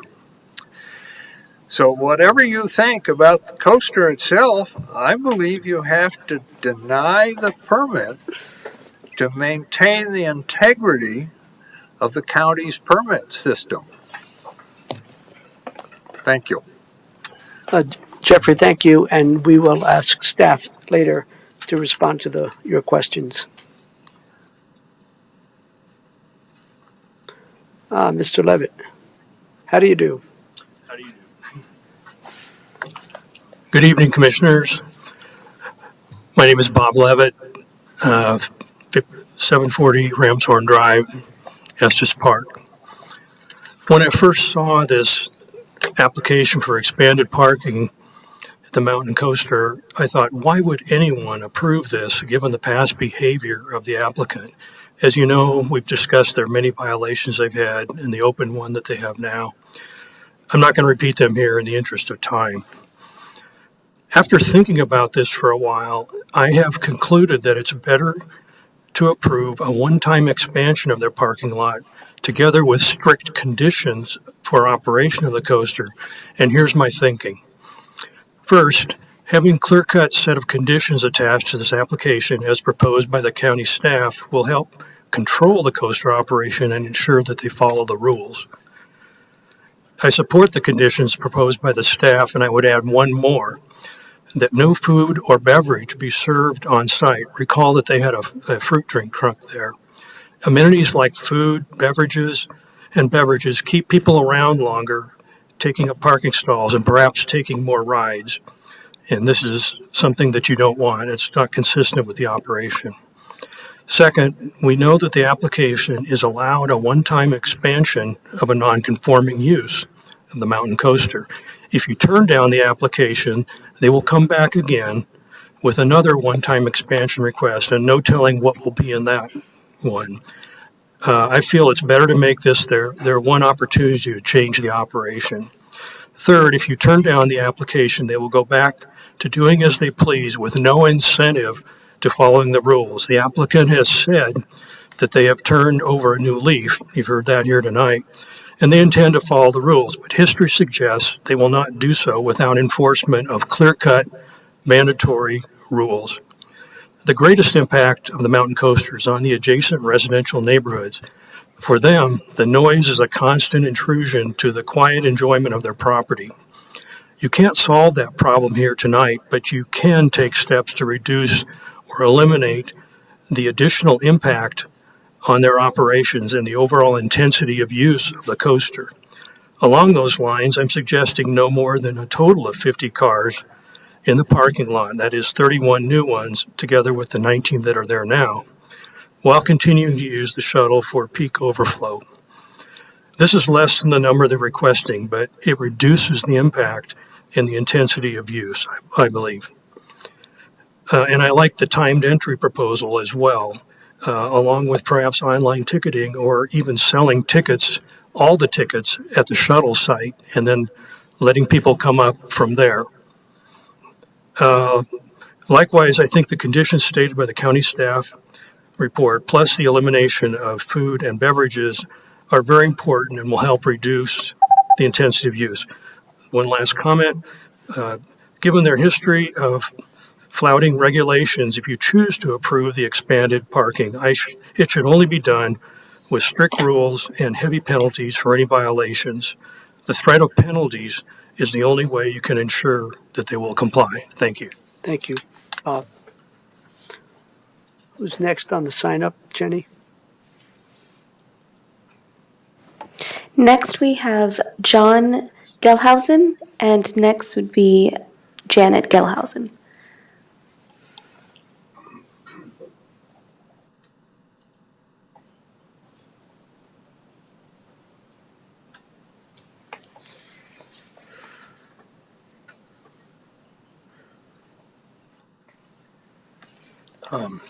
Ladies and gentlemen, I am, when I can clear my voice, John Gelhausen.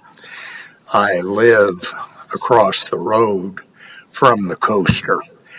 I sent you all a letter, including to Mr. Whitley, on September 22. I would ask you to review that because I listed a number of what I thought were good legal reasons why this change in their zoning deviance should not be granted. And essentially, there's more detail there, and I'm limited to 3 minutes, but there's 3 reasons. First of all, the problem they now complain of is one of their own creation that they set down with that 19-space parking lot and the shuttle system that they created. Clearly. And it was absolutely foreseen that there would be increased traffic on the road if they directed people directly to the shuttle site. or excuse me, the coaster site. They chose to do that. That is what they got approval for. And now they don't want to suffer the consequences of that. And so what they did is they blew off the requirements that were set down and had violation after violation after violation. And as you pointed out, Mr. Kafalis, how can you be assured that they won't do it again? Well, the simple answer is you can't be. The best judge is what they did in the past by ignoring them. The simple fact is there is not a change here from what was set out originally in their plan as I detailed in my letter. And yet they don't want to live with the consequences of that. Well, those consequences were totally foreseen. Secondly, they should not, and I disagree with the interpretation of Mr. Whitley as an attorney also with regard to the requirements or whether you can consider past violations. My goodness, that defies common sense. What can be a better guide to their future conduct than what they have done in the past? Sir, respectfully, if you could go to your third point, because we're almost I out of will. time. And Thank my you. third one is that this clearly violates the Larimer County Code section that was pointed out 1.10.7 D1D, where it says the proposed change should not be more than 50% larger than the initial use. When you're increasing this parking lot from 19 to the number they want now, an additional 50 to 69, that's way more than 50% and most likely way more than the size limitation. Thank you, sir. Thank you.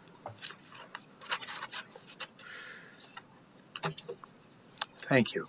Yes. Up next, we have Janet Galswando. I do apologize. Welcome, Janet. Genhausen. Galehausen. I apologize. These two must be related. Galhausen. Perfect. Thank you so much. And I'm not a trial lawyer, so I'll try to be really brief. He's the one that is the professional. I want to thank the commission for giving citizens the opportunity to discuss this idea that's really important to the neighborhood and to the, as Bob says, the quiet and enjoyment of our properties. I'll just quickly touch on something that is kind of a brief history of this whole project, in that several of us citizens, including myself, and I think Bob was there, Bob Lovett as well, and Becky Urquhart, Esquire, when we found out after the whole project as it was initially proposed was very under the radar purposely. And so when some of us found out about this, especially those of us that live in the north end of Estes Park in the county, that we approached Randy Hunt, the town development officer. And it was pretty apparent, I think, to those of us that were there, certainly the two of us women, that this was a good old boys project, and it had sort of been held under the radar purposely and had eventually been granted a lot of things that possibly should have been examined further. So that's water under the bridge. So we'll just let that go. But I bring it up because it's the beginning of the violations. Any rules or regulations were either disregarded or they were violated. And I don't see that changing dramatically because they've gotten away with it all this time. I'll touch briefly on the transportation issue. It's kind of odd. I live very close to where the coaster is, and until we met with the gentleman from Yakutat, am I saying that right? Yeah, Yakutat. Okay. On April 17th, when always there had been the concept of having some shuttle system from the Sombrero Ranch, who's in the same company and ownership, to the site of the coaster. I don't think I saw more than 2 or 3 shuttles, and I know you contest this, but until after that meeting is when the shuttle system really started being implemented, which was like 3 years after it was supposed to be. So I kind of think it's odd that we're talking about this so deeply because it's kind of been a situation that has just kind of materialized. So I know I'm reaching the end of my time. I'll just say I know it's hard to act as though you don't have an axe to grind, and I assure you I do not have an axe to grind. However, I think no one is above the law, and I think that it's important that if there are rules, they should be followed by everyone. Thank you so much for your time. Thank you, Janet. Christina, who's next? Next, we have Steve Rayland. Ryland, thank you so much. After Mr. Ryland, we have Jason Brinkley. Okay, I will remove you. Thank you. First of all, I hope there's some sympathy on the neighborhood. I feel like I could almost stand up here and scream for my 3 minutes, and Can you please introduce yourself, first and last name? Steve Ryland. Thank you. Sorry. I feel like I could almost stand up here for 3 minutes and scream at the top of my lungs because that's pretty much what I have to hear. Yep. I live a third mile from the coaster rails. I'm the first left past the coaster, well within the hundreds of homes and Cody's noise corridor. The screams and metal friction clanking is aggravating to say the least. I would compare the screaming to really bugling elk in the distance. The only difference is bugling elk is kind of a welcoming sign, a lot of people think, a welcoming noise, and the coaster screaming in a residential district is not. I have no patio furniture in my front patio or my back deck, is that I do not want to count how much time there is in between the screams. I sometimes wear my snowblower ear protectors doing my summer yard work. I have a friend that lives about a quarter mile behind me. He's actually over a half mile from the coaster rails. He refuses to sit on his deck too because he doesn't want to hear it. He doesn't get a notice to these hearings because they consider him too far away. But once again, he won't even sit on his patio either and listen to that stuff. The coaster has a history of deceit, violations, and lies. It is well documented. The 19 spots originally, I don't have time to get all into that, but just Google 3 words, Estes Park recall, and you can read all about how that came about. The owner is deceitful again and trying to get 69 spots in a residential area. I live near Dry Gulch Road and often drive down it numerous times daily. The mountain coaster virtually did not run any shuttles for the first 3 years of operation. Summers of 21, 22, 23, and and they started in 24, like it's been said, really once that notice came up about the April hearing about this.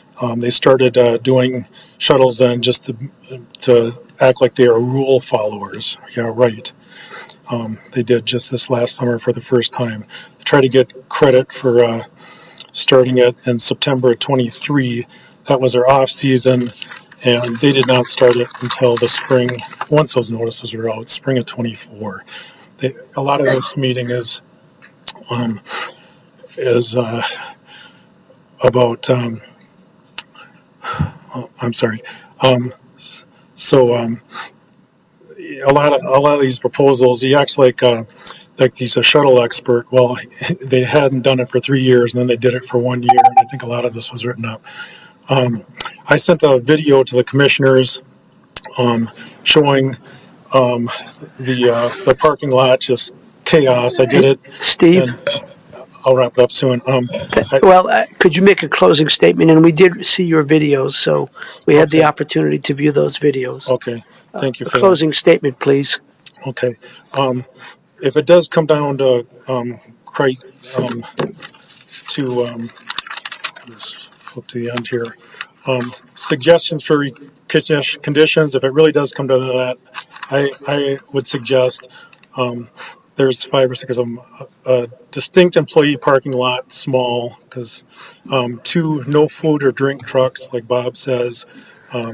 It just makes people stay longer, and it increases the coaster rides and screams in theory. Number 3, definitely no observation deck, and take a wrecking ball to their cement lot that they made for the observation deck. Thank you. And put teeth in the penalties. If I take a video of 70 plus cars there, what's going to happen? Nothing, probably. So please, and please have Thank you, once again, Steve. sympathy for the neighborhood. That's all I ask. It could be your neighborhood. I don't think we'll see Cody or his applicant move anywhere in Cody's noise corridor. Everybody knows that. Thank you. So, Mr. Chair, I believe that's our last in-person speaker. Our next person signed up would be online. You said online? Yeah. Let's move to the online folks, and then we'll come back to the in-person folks in case somebody has changed their mind and hasn't signed up. Just as a reminder, if you would like to make public comment on this case, please use the raise hand function now. As of right now, we do have Fred Barber, and you are allowed to speak. If you could just unmute your mic.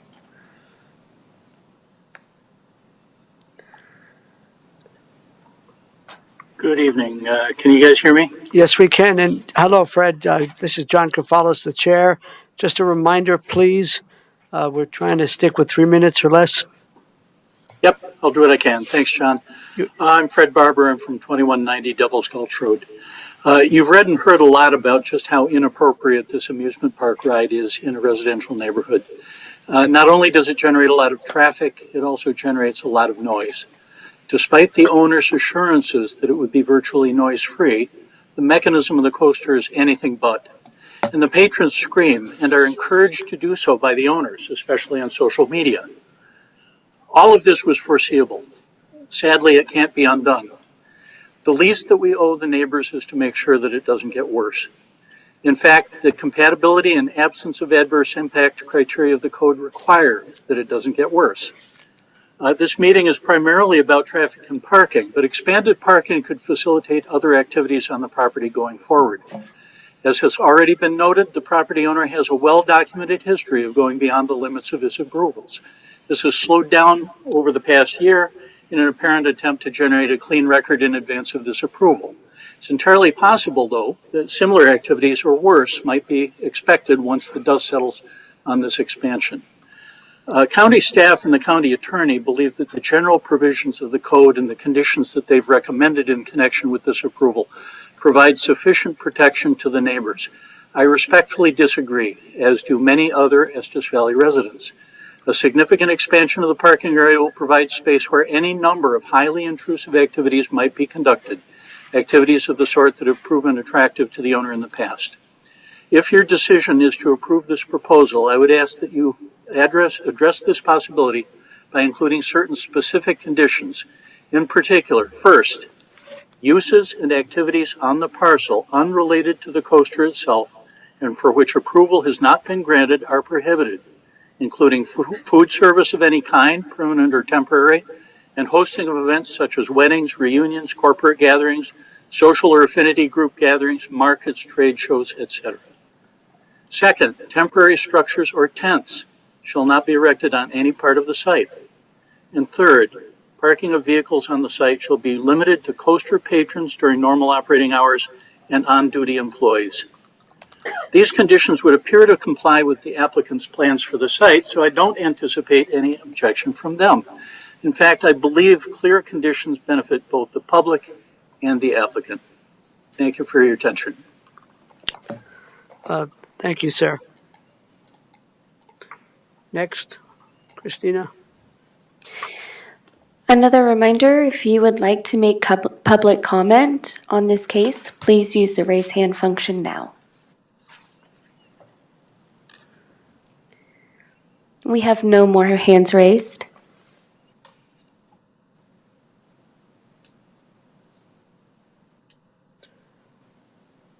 Check one more time. Okay.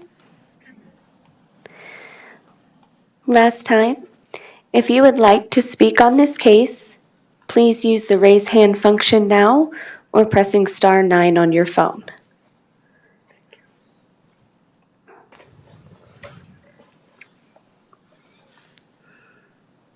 There are no hands raised. Thank you very much, Christina. Let's go back to the folks that are here in person. Is there anyone who may not have signed up, who may not have raised their hand, who wishes to offer public comment? This would be an opportunity. And forgive me, but I think that excludes the traffic engineer, as that would have been part of the presentation. Are there other folks who wish to offer comment, or are we good?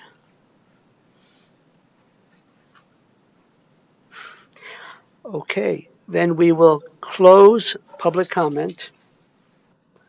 And at this time, invite Mr. Greg. Yeah, thanks. Greg, you have an opportunity to offer rebuttal.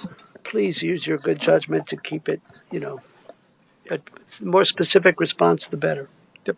I'll be very brief. Ultimately, our proposal is to add parking spaces and reduce our overall operating impact. We're not proposing to expand into any of the additional services, on-site features, functions. It came to my attention earlier this spring that food carts were expressly written out of our zoning area. We did have a Kona Ice food truck at one point. They've not been on site ever since. Ultimately, the point I'm trying to make here is ever since we were issued a letter of noncompliance and much of the regulatory process and much of the regulatory codes that we got assumed into as a result of the IGA being expired were made known to me, that's when all the changes went into effect. Since then, again, the only code complaint that has been raised was the one that was raised, to my knowledge, at the EV PAC meeting, and it had to do with the deck, which was constructed and erected prior to, again, that date that we were issued the letter of noncompliance. Ultimately, what I'm trying to prove there is that since I've been aware of a lot of the regulations that we've been subjected to, as I've been learning more about the county development codes and the zoning regulations of our property, I am committed to compliance in all regards.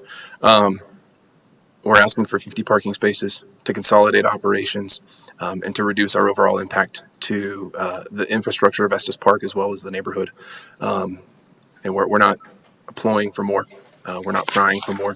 And I have no intention of trying to expand beyond that.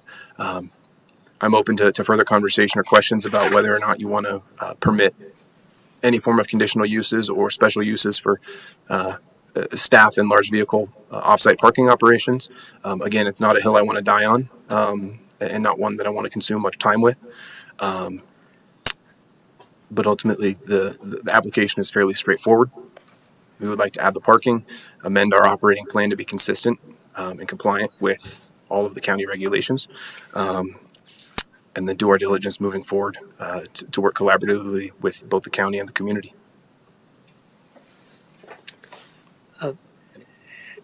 And you're open to further discussion on additional conditions of approval if that's the path we go down?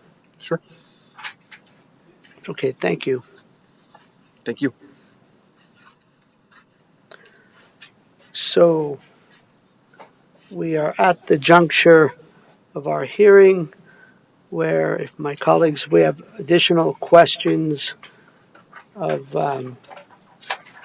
staff, this would be a good opportunity. Colleagues, questions of Michael or any of our folks? Commissioner? Yes, please. Yeah, I'll get started.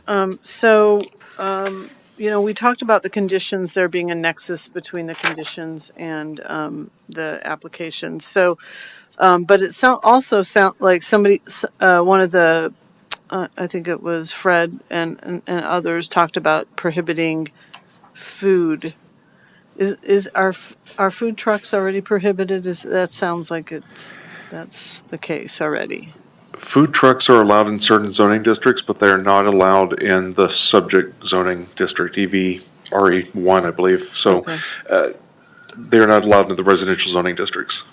What about the gatherings, like the temporary tents and could they have gatherings there? I mean, like a employee picnic or something like that? Or does food kind of stuff prohibit that from happening?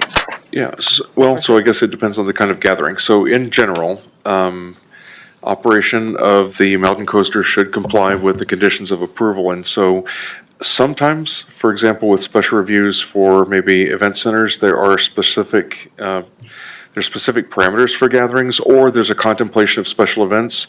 There's no contemplation of special events specifically for this use. Now, we do have a special event process where a property owner can propose special events up to 3 times per year on a limited basis. It requires an approval. That approval sometimes, if it's deemed appropriate by the Community Development Director, that sometimes is referred to the Board of County Commissioners for a decision.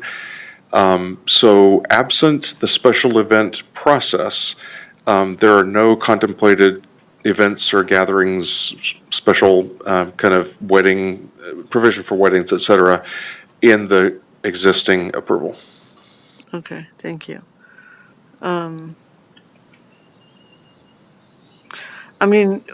Okay, that's all for me now.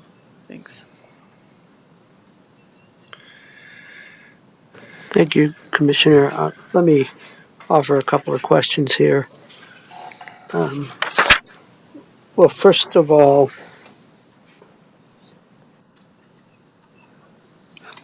I would be, well, give me a moment, Michael, everyone.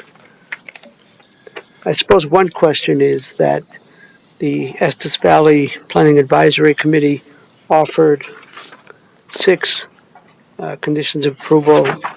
Looking at our document, the staff came up with 9 conditions of approval. I think there's some overlap there. Correct, yes. So we'd have to figure out a way to synthesize.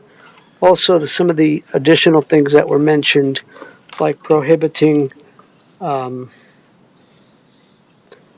making it very clear that activities, uses that are not part of this non-conforming use as approved in 2018, including food and beverage, that they would be prohibited.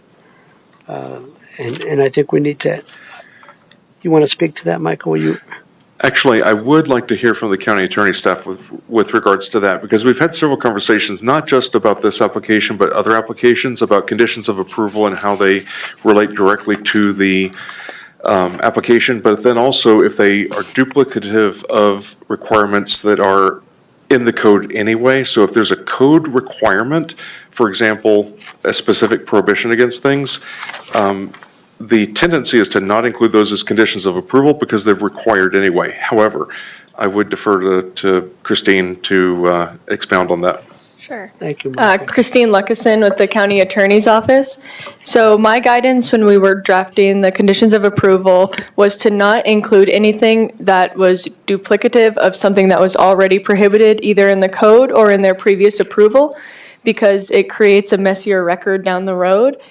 So having it only in one place is better for a cleaner legal record. So the chuck wagon dinners, for example, are already something that they cannot do.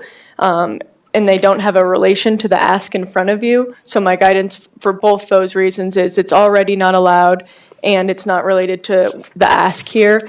My guidance was that not be included as a condition of approval. Regarding food specifically, though, I don't know, like food in general, I'm not sure I can speak to that. So so the land use code does have allowances for things like food trucks in certain zoning But districts not under, this one. but not this zoning district, correct. Certain zoning districts under certain circumstances, but not including this zoning district. So this zoning district does not allow food trucks. So if a food truck is there, what does that mean in terms It- of enforcement or violations? It is not in compliance with the land use code. And It would not someone be. could complain, and then code compliance folks would have a responsibility to follow up. Correct.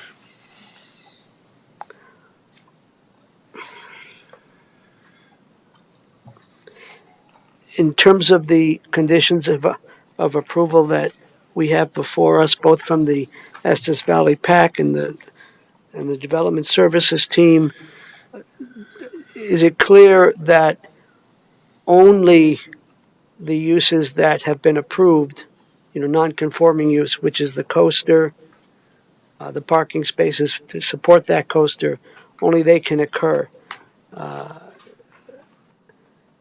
Different petting zoos or other kinds of activities, even though they haven't been happening. We saw pictures of goats and wagons. So how about that one? Correct. So beyond the coaster, the only other use that is historic, the use that is historic beyond the coaster is the use of the property for trail rides. So there is a trail system for horseback riding that has been an ongoing, long-term, long-standing use, and we recognize that that can continue at historic levels. So what about how do we make sure that the larger vehicles, the RVs and the campers cannot park there? Well, either, and there are many options for the board. So you could prohibit the parking of large vehicles on the property if they don't fit within a standard space. You could authorize the construction of additional spaces for recreational vehicles. There was a concern actually raised kind of behind the scenes that might be kind of a large visual impact that was not previously contemplated or discussed with the public. So the public hasn't had the opportunity to react to that, but the board could, if they chose, allow that or disallow. The board could choose to grant the request of the applicant to allow the shuttle on a limited basis for those oversized vehicles. So those things are at the discretion of the Board of County Commissioners. Well, based on that, I would want to see a condition of approval that does not allow the RVs or the larger vehicles at that site. And also related to that, can you tell us what the paved area adjacent to the unpermitted 400 square foot deck, what is the purpose of that paved area? I am going to pull up a slide here. That's a good question. So this is actually a paved area that I became aware of just this morning. So there is another picture that was actually provided by the Code Compliance Office that I don't have in this slide that had a picnic table on it. So I think, but the applicant would be able to tell you, kind of definitively, I think it's being used as a gathering space and possibly a place for people to sit, possibly to eat lunch, I don't know. I have not had that specific conversation with the applicant. That was a late breaking, kind of piece of news for me with regards to even its existence.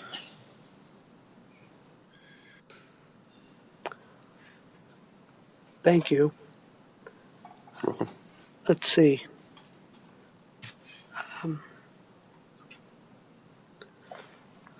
Two more comments, questions regarding conditions.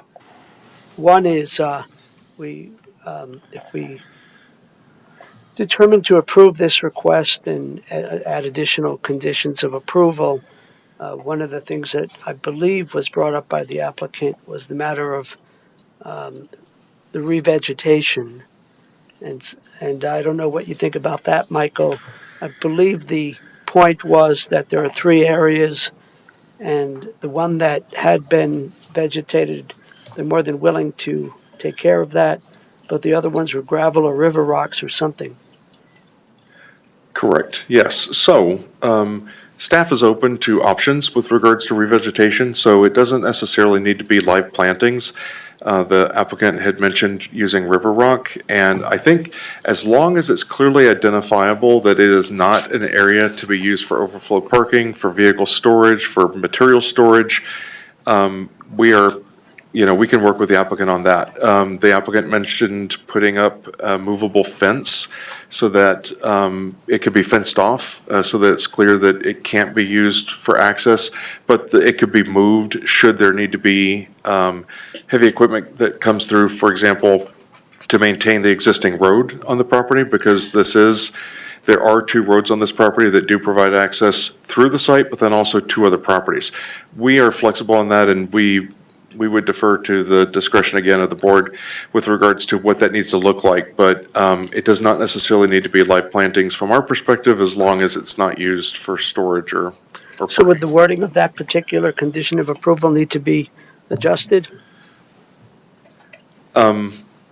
You could provide guidance for that condition of approval, yes. Yeah.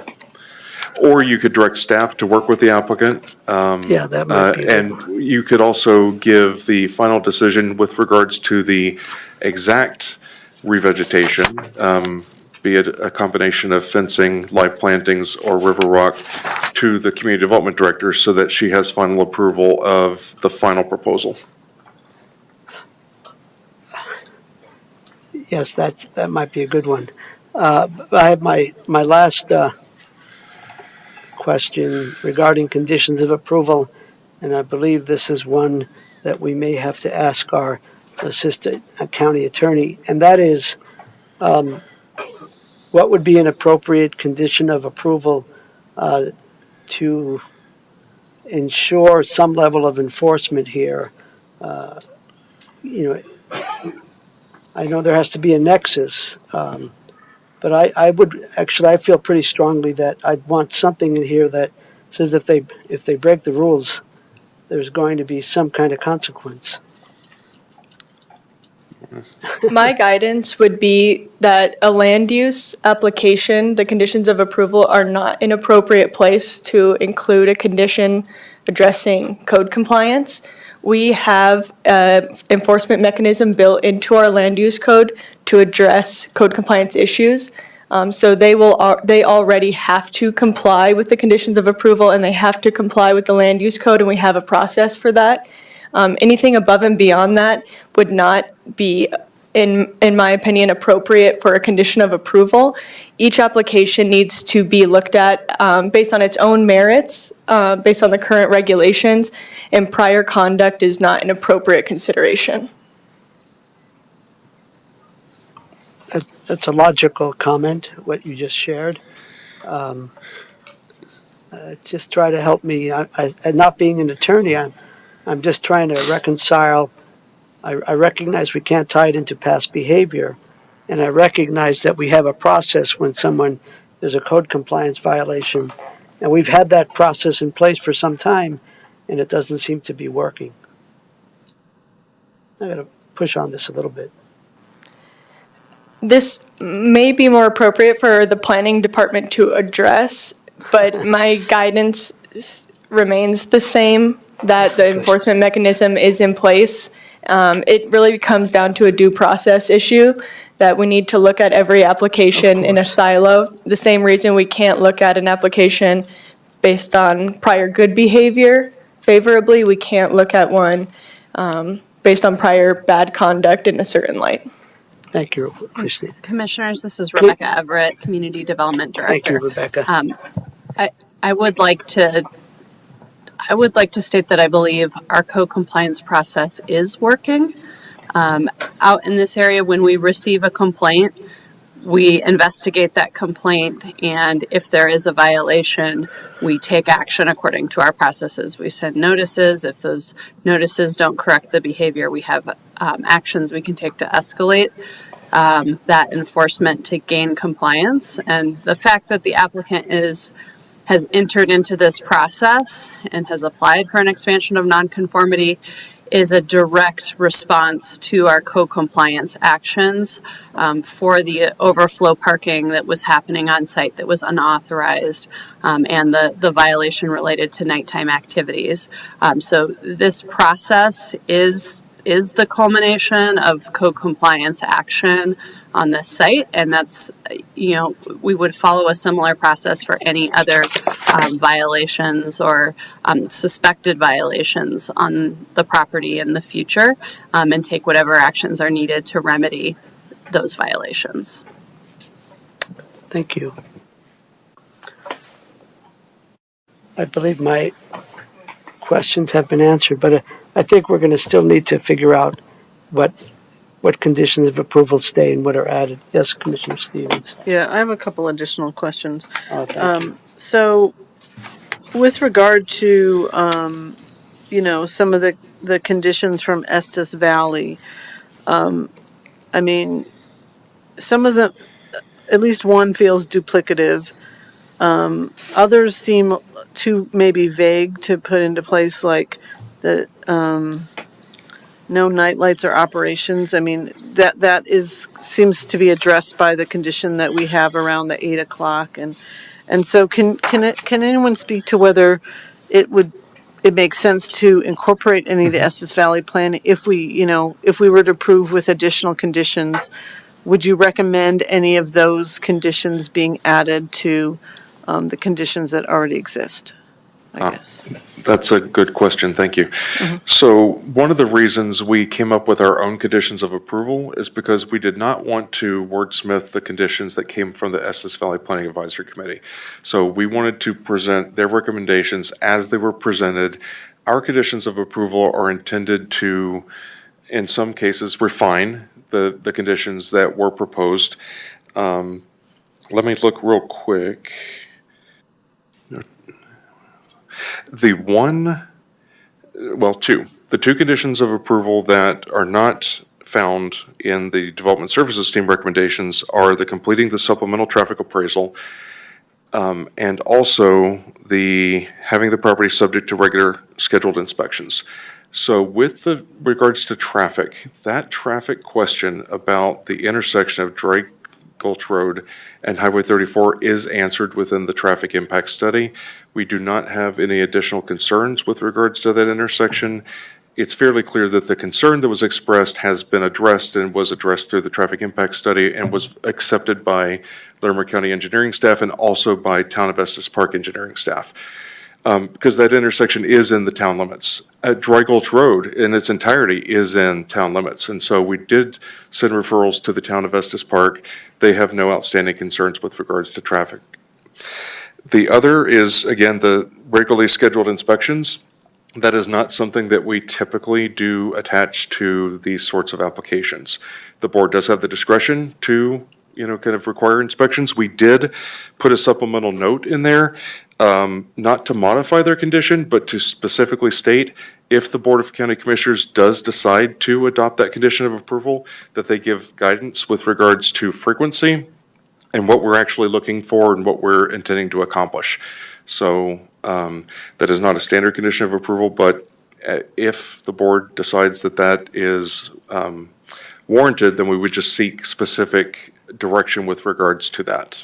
And if I might add on to that, we didn't carry over that condition because, as Ms. Luckinson stated, we believe our code enforcement process as it exists would remedy that, and it's not necessary.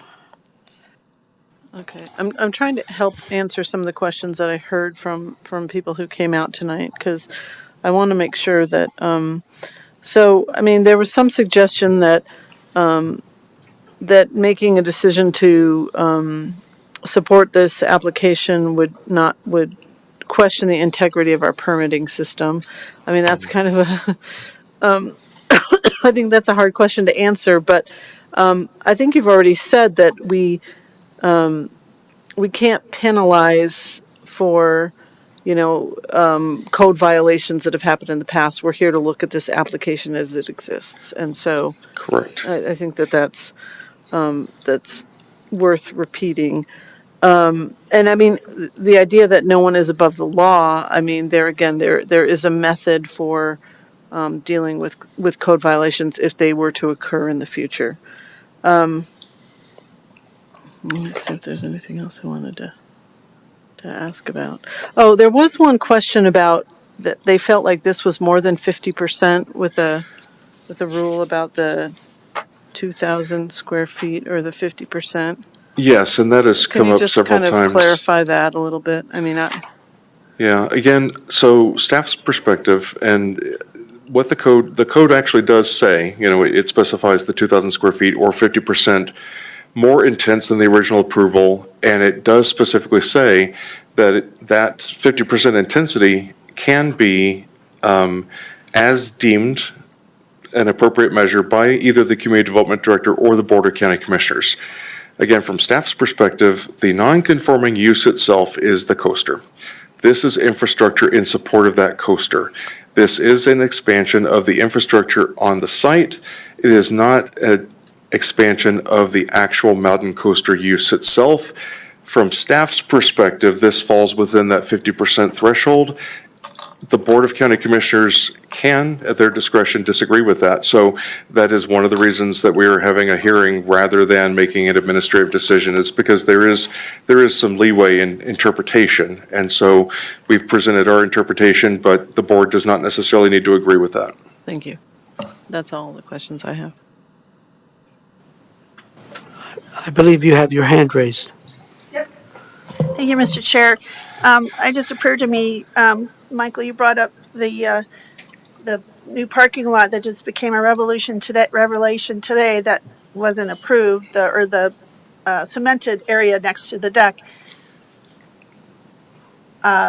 What is the steps for that in consideration for today? Is that a code compliance thing, or is that considered today? Is that part of that it need to remedy, or is that just something like, wow, we found it, okay, what are next steps for that? We haven't really, you keep saying it's there, it's not approved, and what are we going to deal with it? It's brand new, but I haven't heard any steps for that or any concerns or questions on that.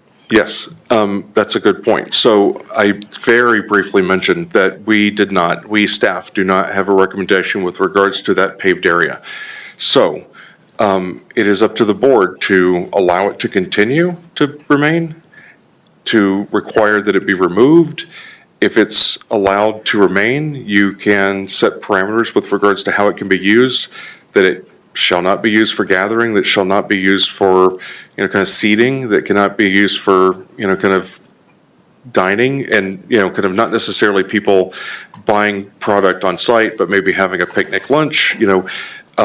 We defer to the board on that with regards to whether or not it can stay, and if it stays, how it can be used.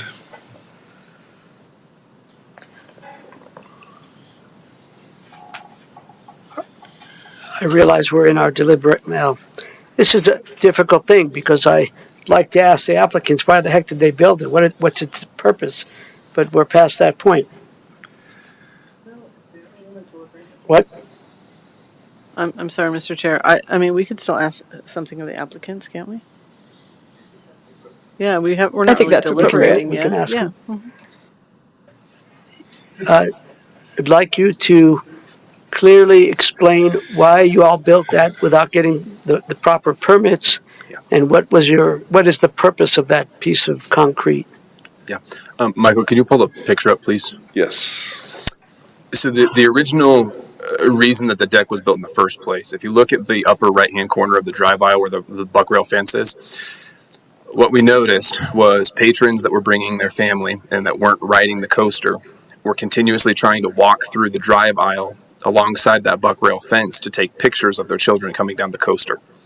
And it became a public safety matter where we were having near collisions with vehicles driving up the drive aisle and patrons trying to walk in either that bus lane or across the street from the parking lot to try to get the picture of whoever it was coming down the coaster. So the reason the deck was built was to give people an observation place where they could take a That's picture the deck. without. What about the, Yeah, so the pavement was an access point to the deck. The geography of that area, so it's a drainage way naturally. That's where the drainage flows through the property. So it contours down, and there wasn't level access to get to the deck. So the pavement is ultimately a sidewalk to get to the entry of the deck. Ideally, like, again, in terms of efficiency, it's not a good thing for us because it keeps people at the coaster longer and it reduces our overturn of the parking lot. But in terms of public safety, it's been a very helpful thing to keep people consolidated in the middle of the parking lot and away from the intersections of traffic. So the original intent was to keep people away from the buck rail fence, to minimize the contact between patrons and cars, and to give patrons a place to go and take their pictures and sit down, because we always have grandparents, we always have parents that don't want to ride, that just want to observe, and without a place to go, again, the tourist business is a different industry, and tourists do things with no authorization, no approvals.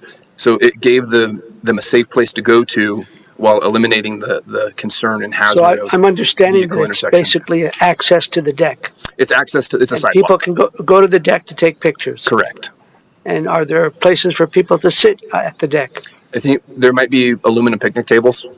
And are there places for people to sit in the yellow area that is the Sorry, yes, the sidewalk? there's aluminum picnic tables there for them to sit, as well as individual chairs on the deck. So Yeah. I'm a little confused that you're suggesting it's access to the deck, but yet there are picnic tables there. Could you help reconcile that? Yeah, so I mean, it was originally built to fit the geography of access to the deck, and then additional picnic tables were placed there as additional space for patrons to go and rest that weren't riding. So it's essentially a seating area as well as an access area. Well, let's to address your point, perhaps. I'm leaning towards saying that the use of this piece of concrete would be as access to the deck, which would suggest you'd have to move your picnic tables. And I know on some level that seems picky, I suppose, but I don't know if that would help address a point that you've made, Commissioner. Well, and you may not even be going down this road, but I guess things keep coming up, and that's what's a little bit difficult here. I mean, if I can just say that there's no monetization of any of the seating there. There's no revenue stream for us. I know, but the point is that this was built without approval. Sure. And you had suggested it was accessed as a public safety thing, and now we're hearing that there are aluminum bench picnic tables there as well as on the deck. So it is my inclination, if we're to move forward with this, and we add some conditions of approval, that we also make it clear that the purpose of this piece of concrete is for people to be able to safely access the deck, and they can take their pictures, and if the older folks need to sit down, they can do that on the deck. So I guess just from a point of clarification, then from a compliance perspective on my end, when I have a customer that comes and just wants to stand on that area, I guess I'm asking, what's my recourse? Do I need to kick them out? Do I need to tell them to go to the deck? And that's a good point, and that's why this thing is devolving to, goodness gracious, we can't tell people where they can stand or not stand, and maybe the compromise is that of course they can stand where they need to stand, but if the purpose of this, which is unpermitted, is to access the deck, then there aren't supposed to be picnic tables there and all the rest. Sure. Well, and I think, correct me if I'm wrong, the hope is that in this application, there's a retroactive permitting process for the deck in that access way. Am I correct in that? We do propose that if the deck is allowed to continue, that it receive a permit and that it not be used by the public until it receives a letter of completion, because we don't know that it was built to code. We don't know that it's structurally sound for the use. We don't know that it isn't, but until it goes through a permitting process, we don't have assurances that it's safe for the public. There would not be a permit required for the access, so we don't have a flat work permit, so you can pour concrete without a permit. So we sometimes find out that it's done just because someone observes it, but there's no permit required.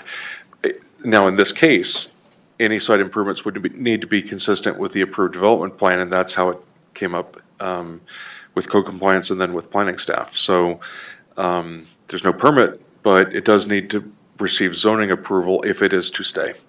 One option would be to specify that there can be no seating of any sort, either permanent or temporary, on the concrete access way to the deck, but maybe make allowance for limited seating on the deck itself, for people who are waiting for, their relatives or, kids to ride the coaster. That is just one option.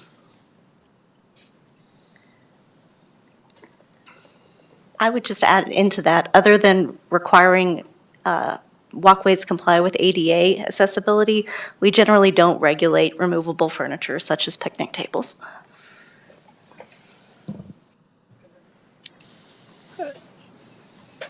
Help me out here, and I don't want to belabor this, but I feel like it's a bit of a conundrum, because this was built without permission, and now we're saying the only thing we would want to consider is ADA compliance. I'm a bit at a loss here. To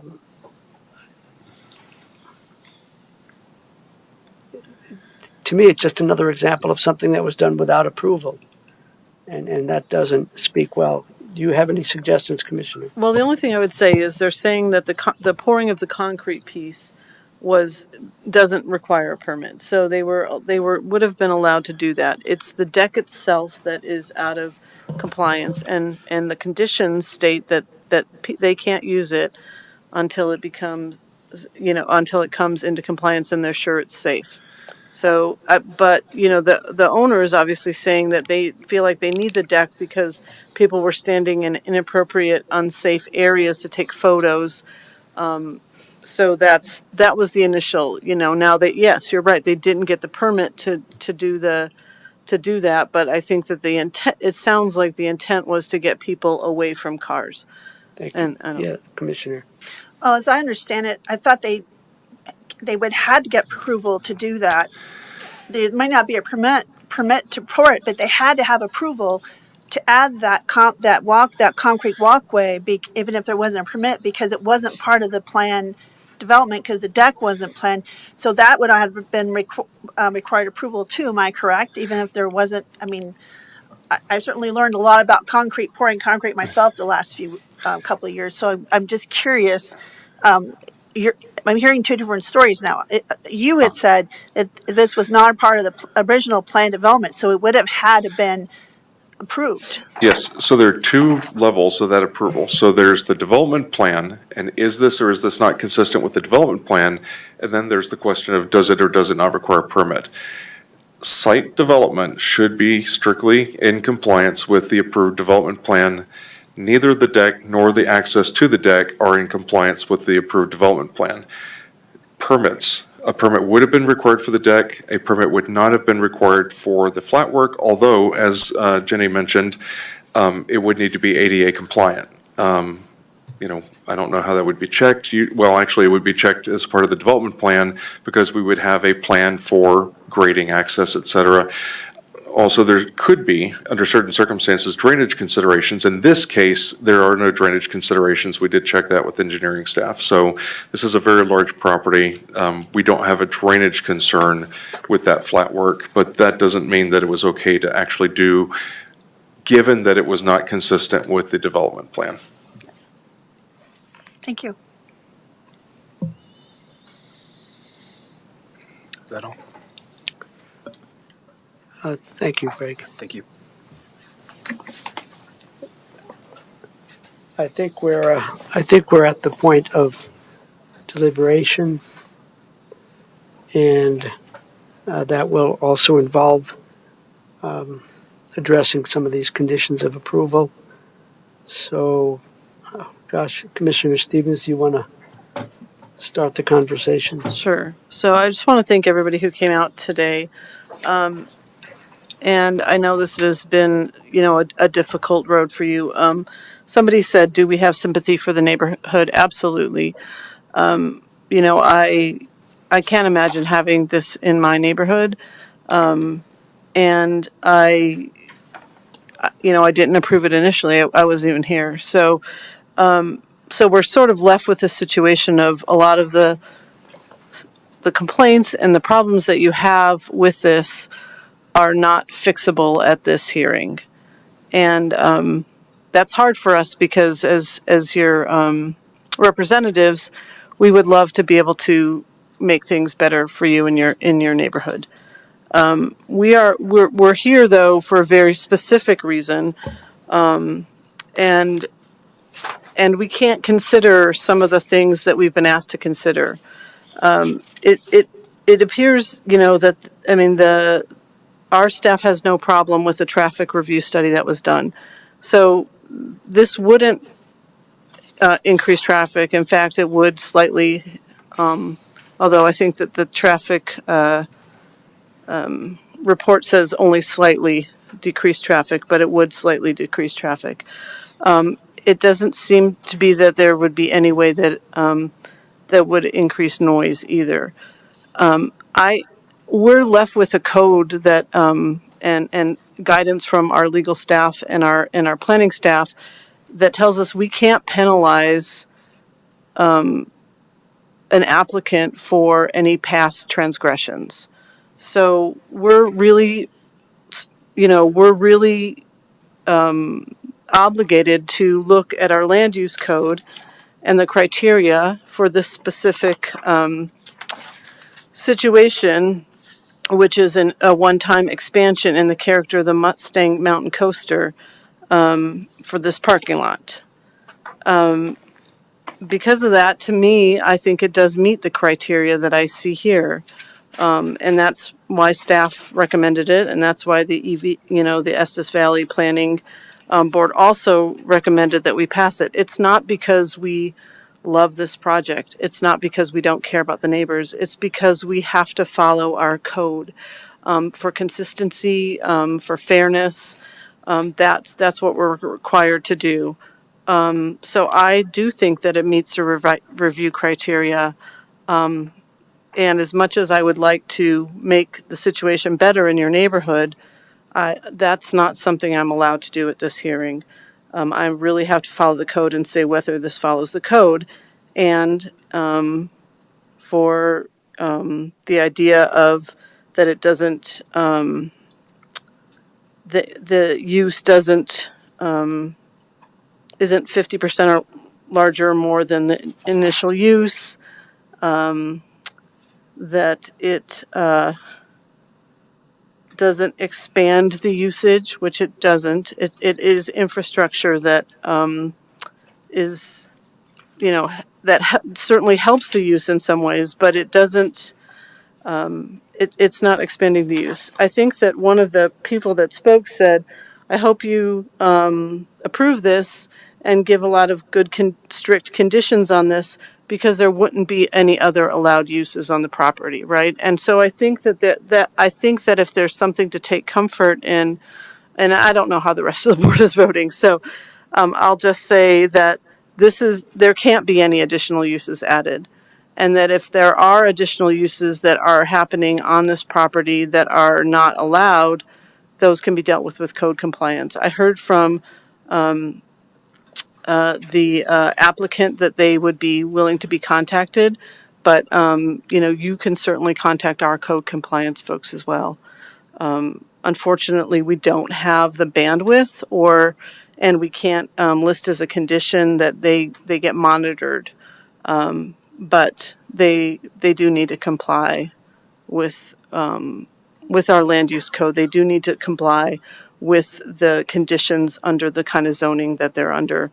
And so you've heard that, things that you've asked for, like no more food and beverages, they're really not allowed to do that.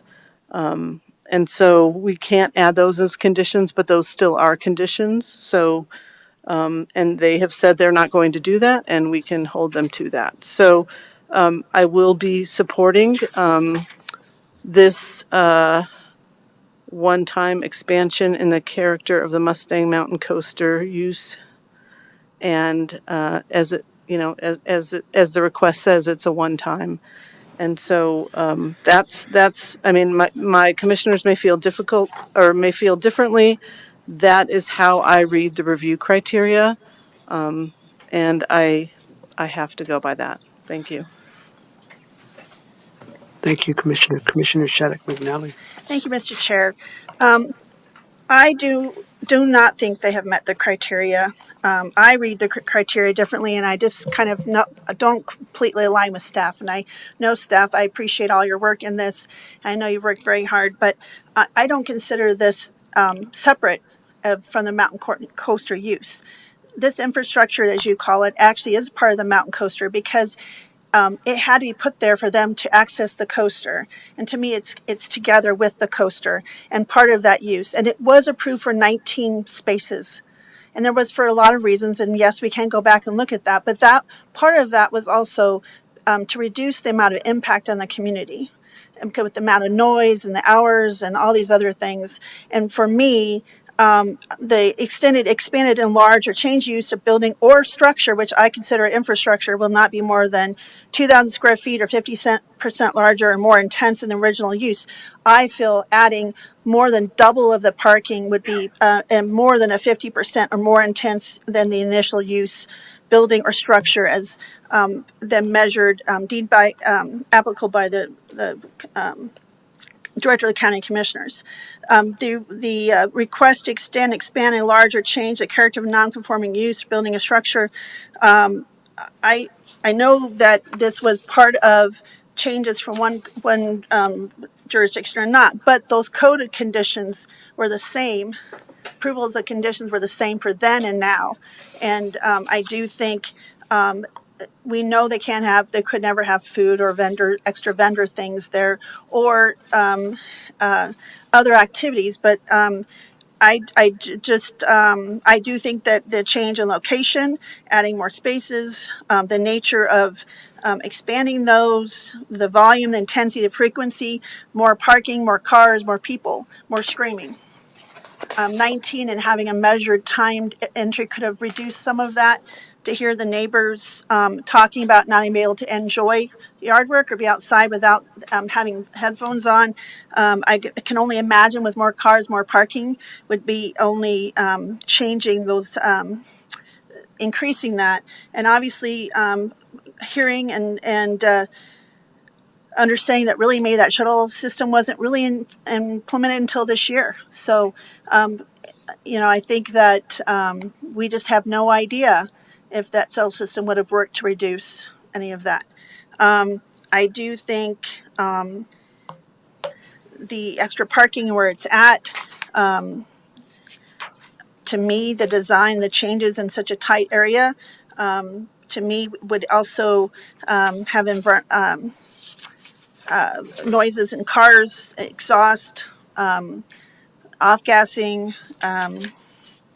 and I think it would have an adverse continue and increase the adverse impact on the property in the vicinity. And I think that it would change in the activity and product and services because I think it's going to increase the amount of people using the coaster. So for those reasons, but a lot more, cannot support this application. And I feel very strongly about this, and I won't belabor this much more. I could go into a long reasons why, but I think I'll just go right to those criteria. I do appreciate this, the residents being here and all the letters and information, and I do believe a lot of this comes from being kind of forced into having this application because of trying to expand, and I think that we can't consider that, but I think that it just shows this parking lot and the uses and the amount of folks, the parking spaces was probably never well conceived anyway. And I just think that this expansion of parking spaces will just lead to more conflict, more noise, more and I know the traffic study, but I still, I know that area quite well, and I think it will increase that as well. So I cannot support this application. Thank you. Thanks, Commissioner. Commissioners. Once again, I'm a bit conflicted with all of this. I appreciate hearing from everyone. What I'm trying to sort through is what's best for the community. And I mean, one of the folks spoke about if we put very strict conditions of approval, and this is a one-time request, they cannot request again. Will that help improve things? Because the status quo does not seem to be working with the way the shuttle system is being implemented, and other vehicles and things just being built there without approval. The only thing that I would consider as far as review criteria not being met, and I struggle with this one as well, it's the one regarding the interpretation. The staff interprets the expansion of the park, or the proposed expansion of the parking lot, as part of the infrastructure, and not changing the usage and the main activity, which is the mountain coaster ride. So that is subject to. I mean, staff has an opinion on that, and certainly commissioners can do the same. So I'm afraid I'm not going to be able to support this. I think that criterion is what I would hang my hat on. That this is an expansion of more than 50% based on the current size of the parking lot, and I guess that's all I can say. So therefore, I will be with Commissioner Shattuck McNally not supporting this because I don't think all of the criteria have been met, and I don't think I have anything else to add. So with that, I think we need a motion. You want to take a stab at that, Commissioner Shattuck McNally? Certainly, and Christine, please advise me if I miss certain appropriate wording. I move that the Board of County Commissioners move to deny the approval of the one-time expansion, change in character of the Mustang Mountain Coaster use consisting file number 24-ZONE 3615. Would that be? So, what we'll want to do is make the motion in the affirmative, and then you'll do all in favor vote and then all against. So you'll make the motion in the affirmative. Just because you're making the motion doesn't mean you're in favor of it, but you'll make it in the affirmative. Well, let's have Commissioner Stevens. Sure, of course. Thank you. Does that make sense, Commissioner Stevens? All right, now I gotta find the motion, sorry. Yeah, actually, so I did not provide a motion slide because there were so many options with regards to how this could go forward. So you could take the recommendation and just, kind of, Yeah, Board of County Commissioners move to approve, and with the affirmative, I assume that it's approve the application subject to the conditions, and you can specify, if you cared to, the conditions that are found in the December 9th memo, and then vote on that motion. okay. I'll try this. I mean, I'm making a motion that's gonna get knocked down, so I mean, there's some oddity in that of trying to get something right that I know is gonna be voted down, but let's give it a whirl. I move that I recommend approval of the Mustang Mountain Coaster expansion, changing character of a non-conforming use, file number 24, zone 3615, subject to the conditions in, remind me, in the, So you could say the 9 conditions found in the December 9th memo to the Board subject of to the County 9 Commissioners. conditions Yeah. in this December 9th memo that was provided to commissioners this evening. Thank you, Commissioner. There is a motion before us. Any further discussion? All those in favor? Aye. All those opposed? Nay. Nay. That motion fails 2-1. We have concluded our business. We are adjourned at 9:14 p.m.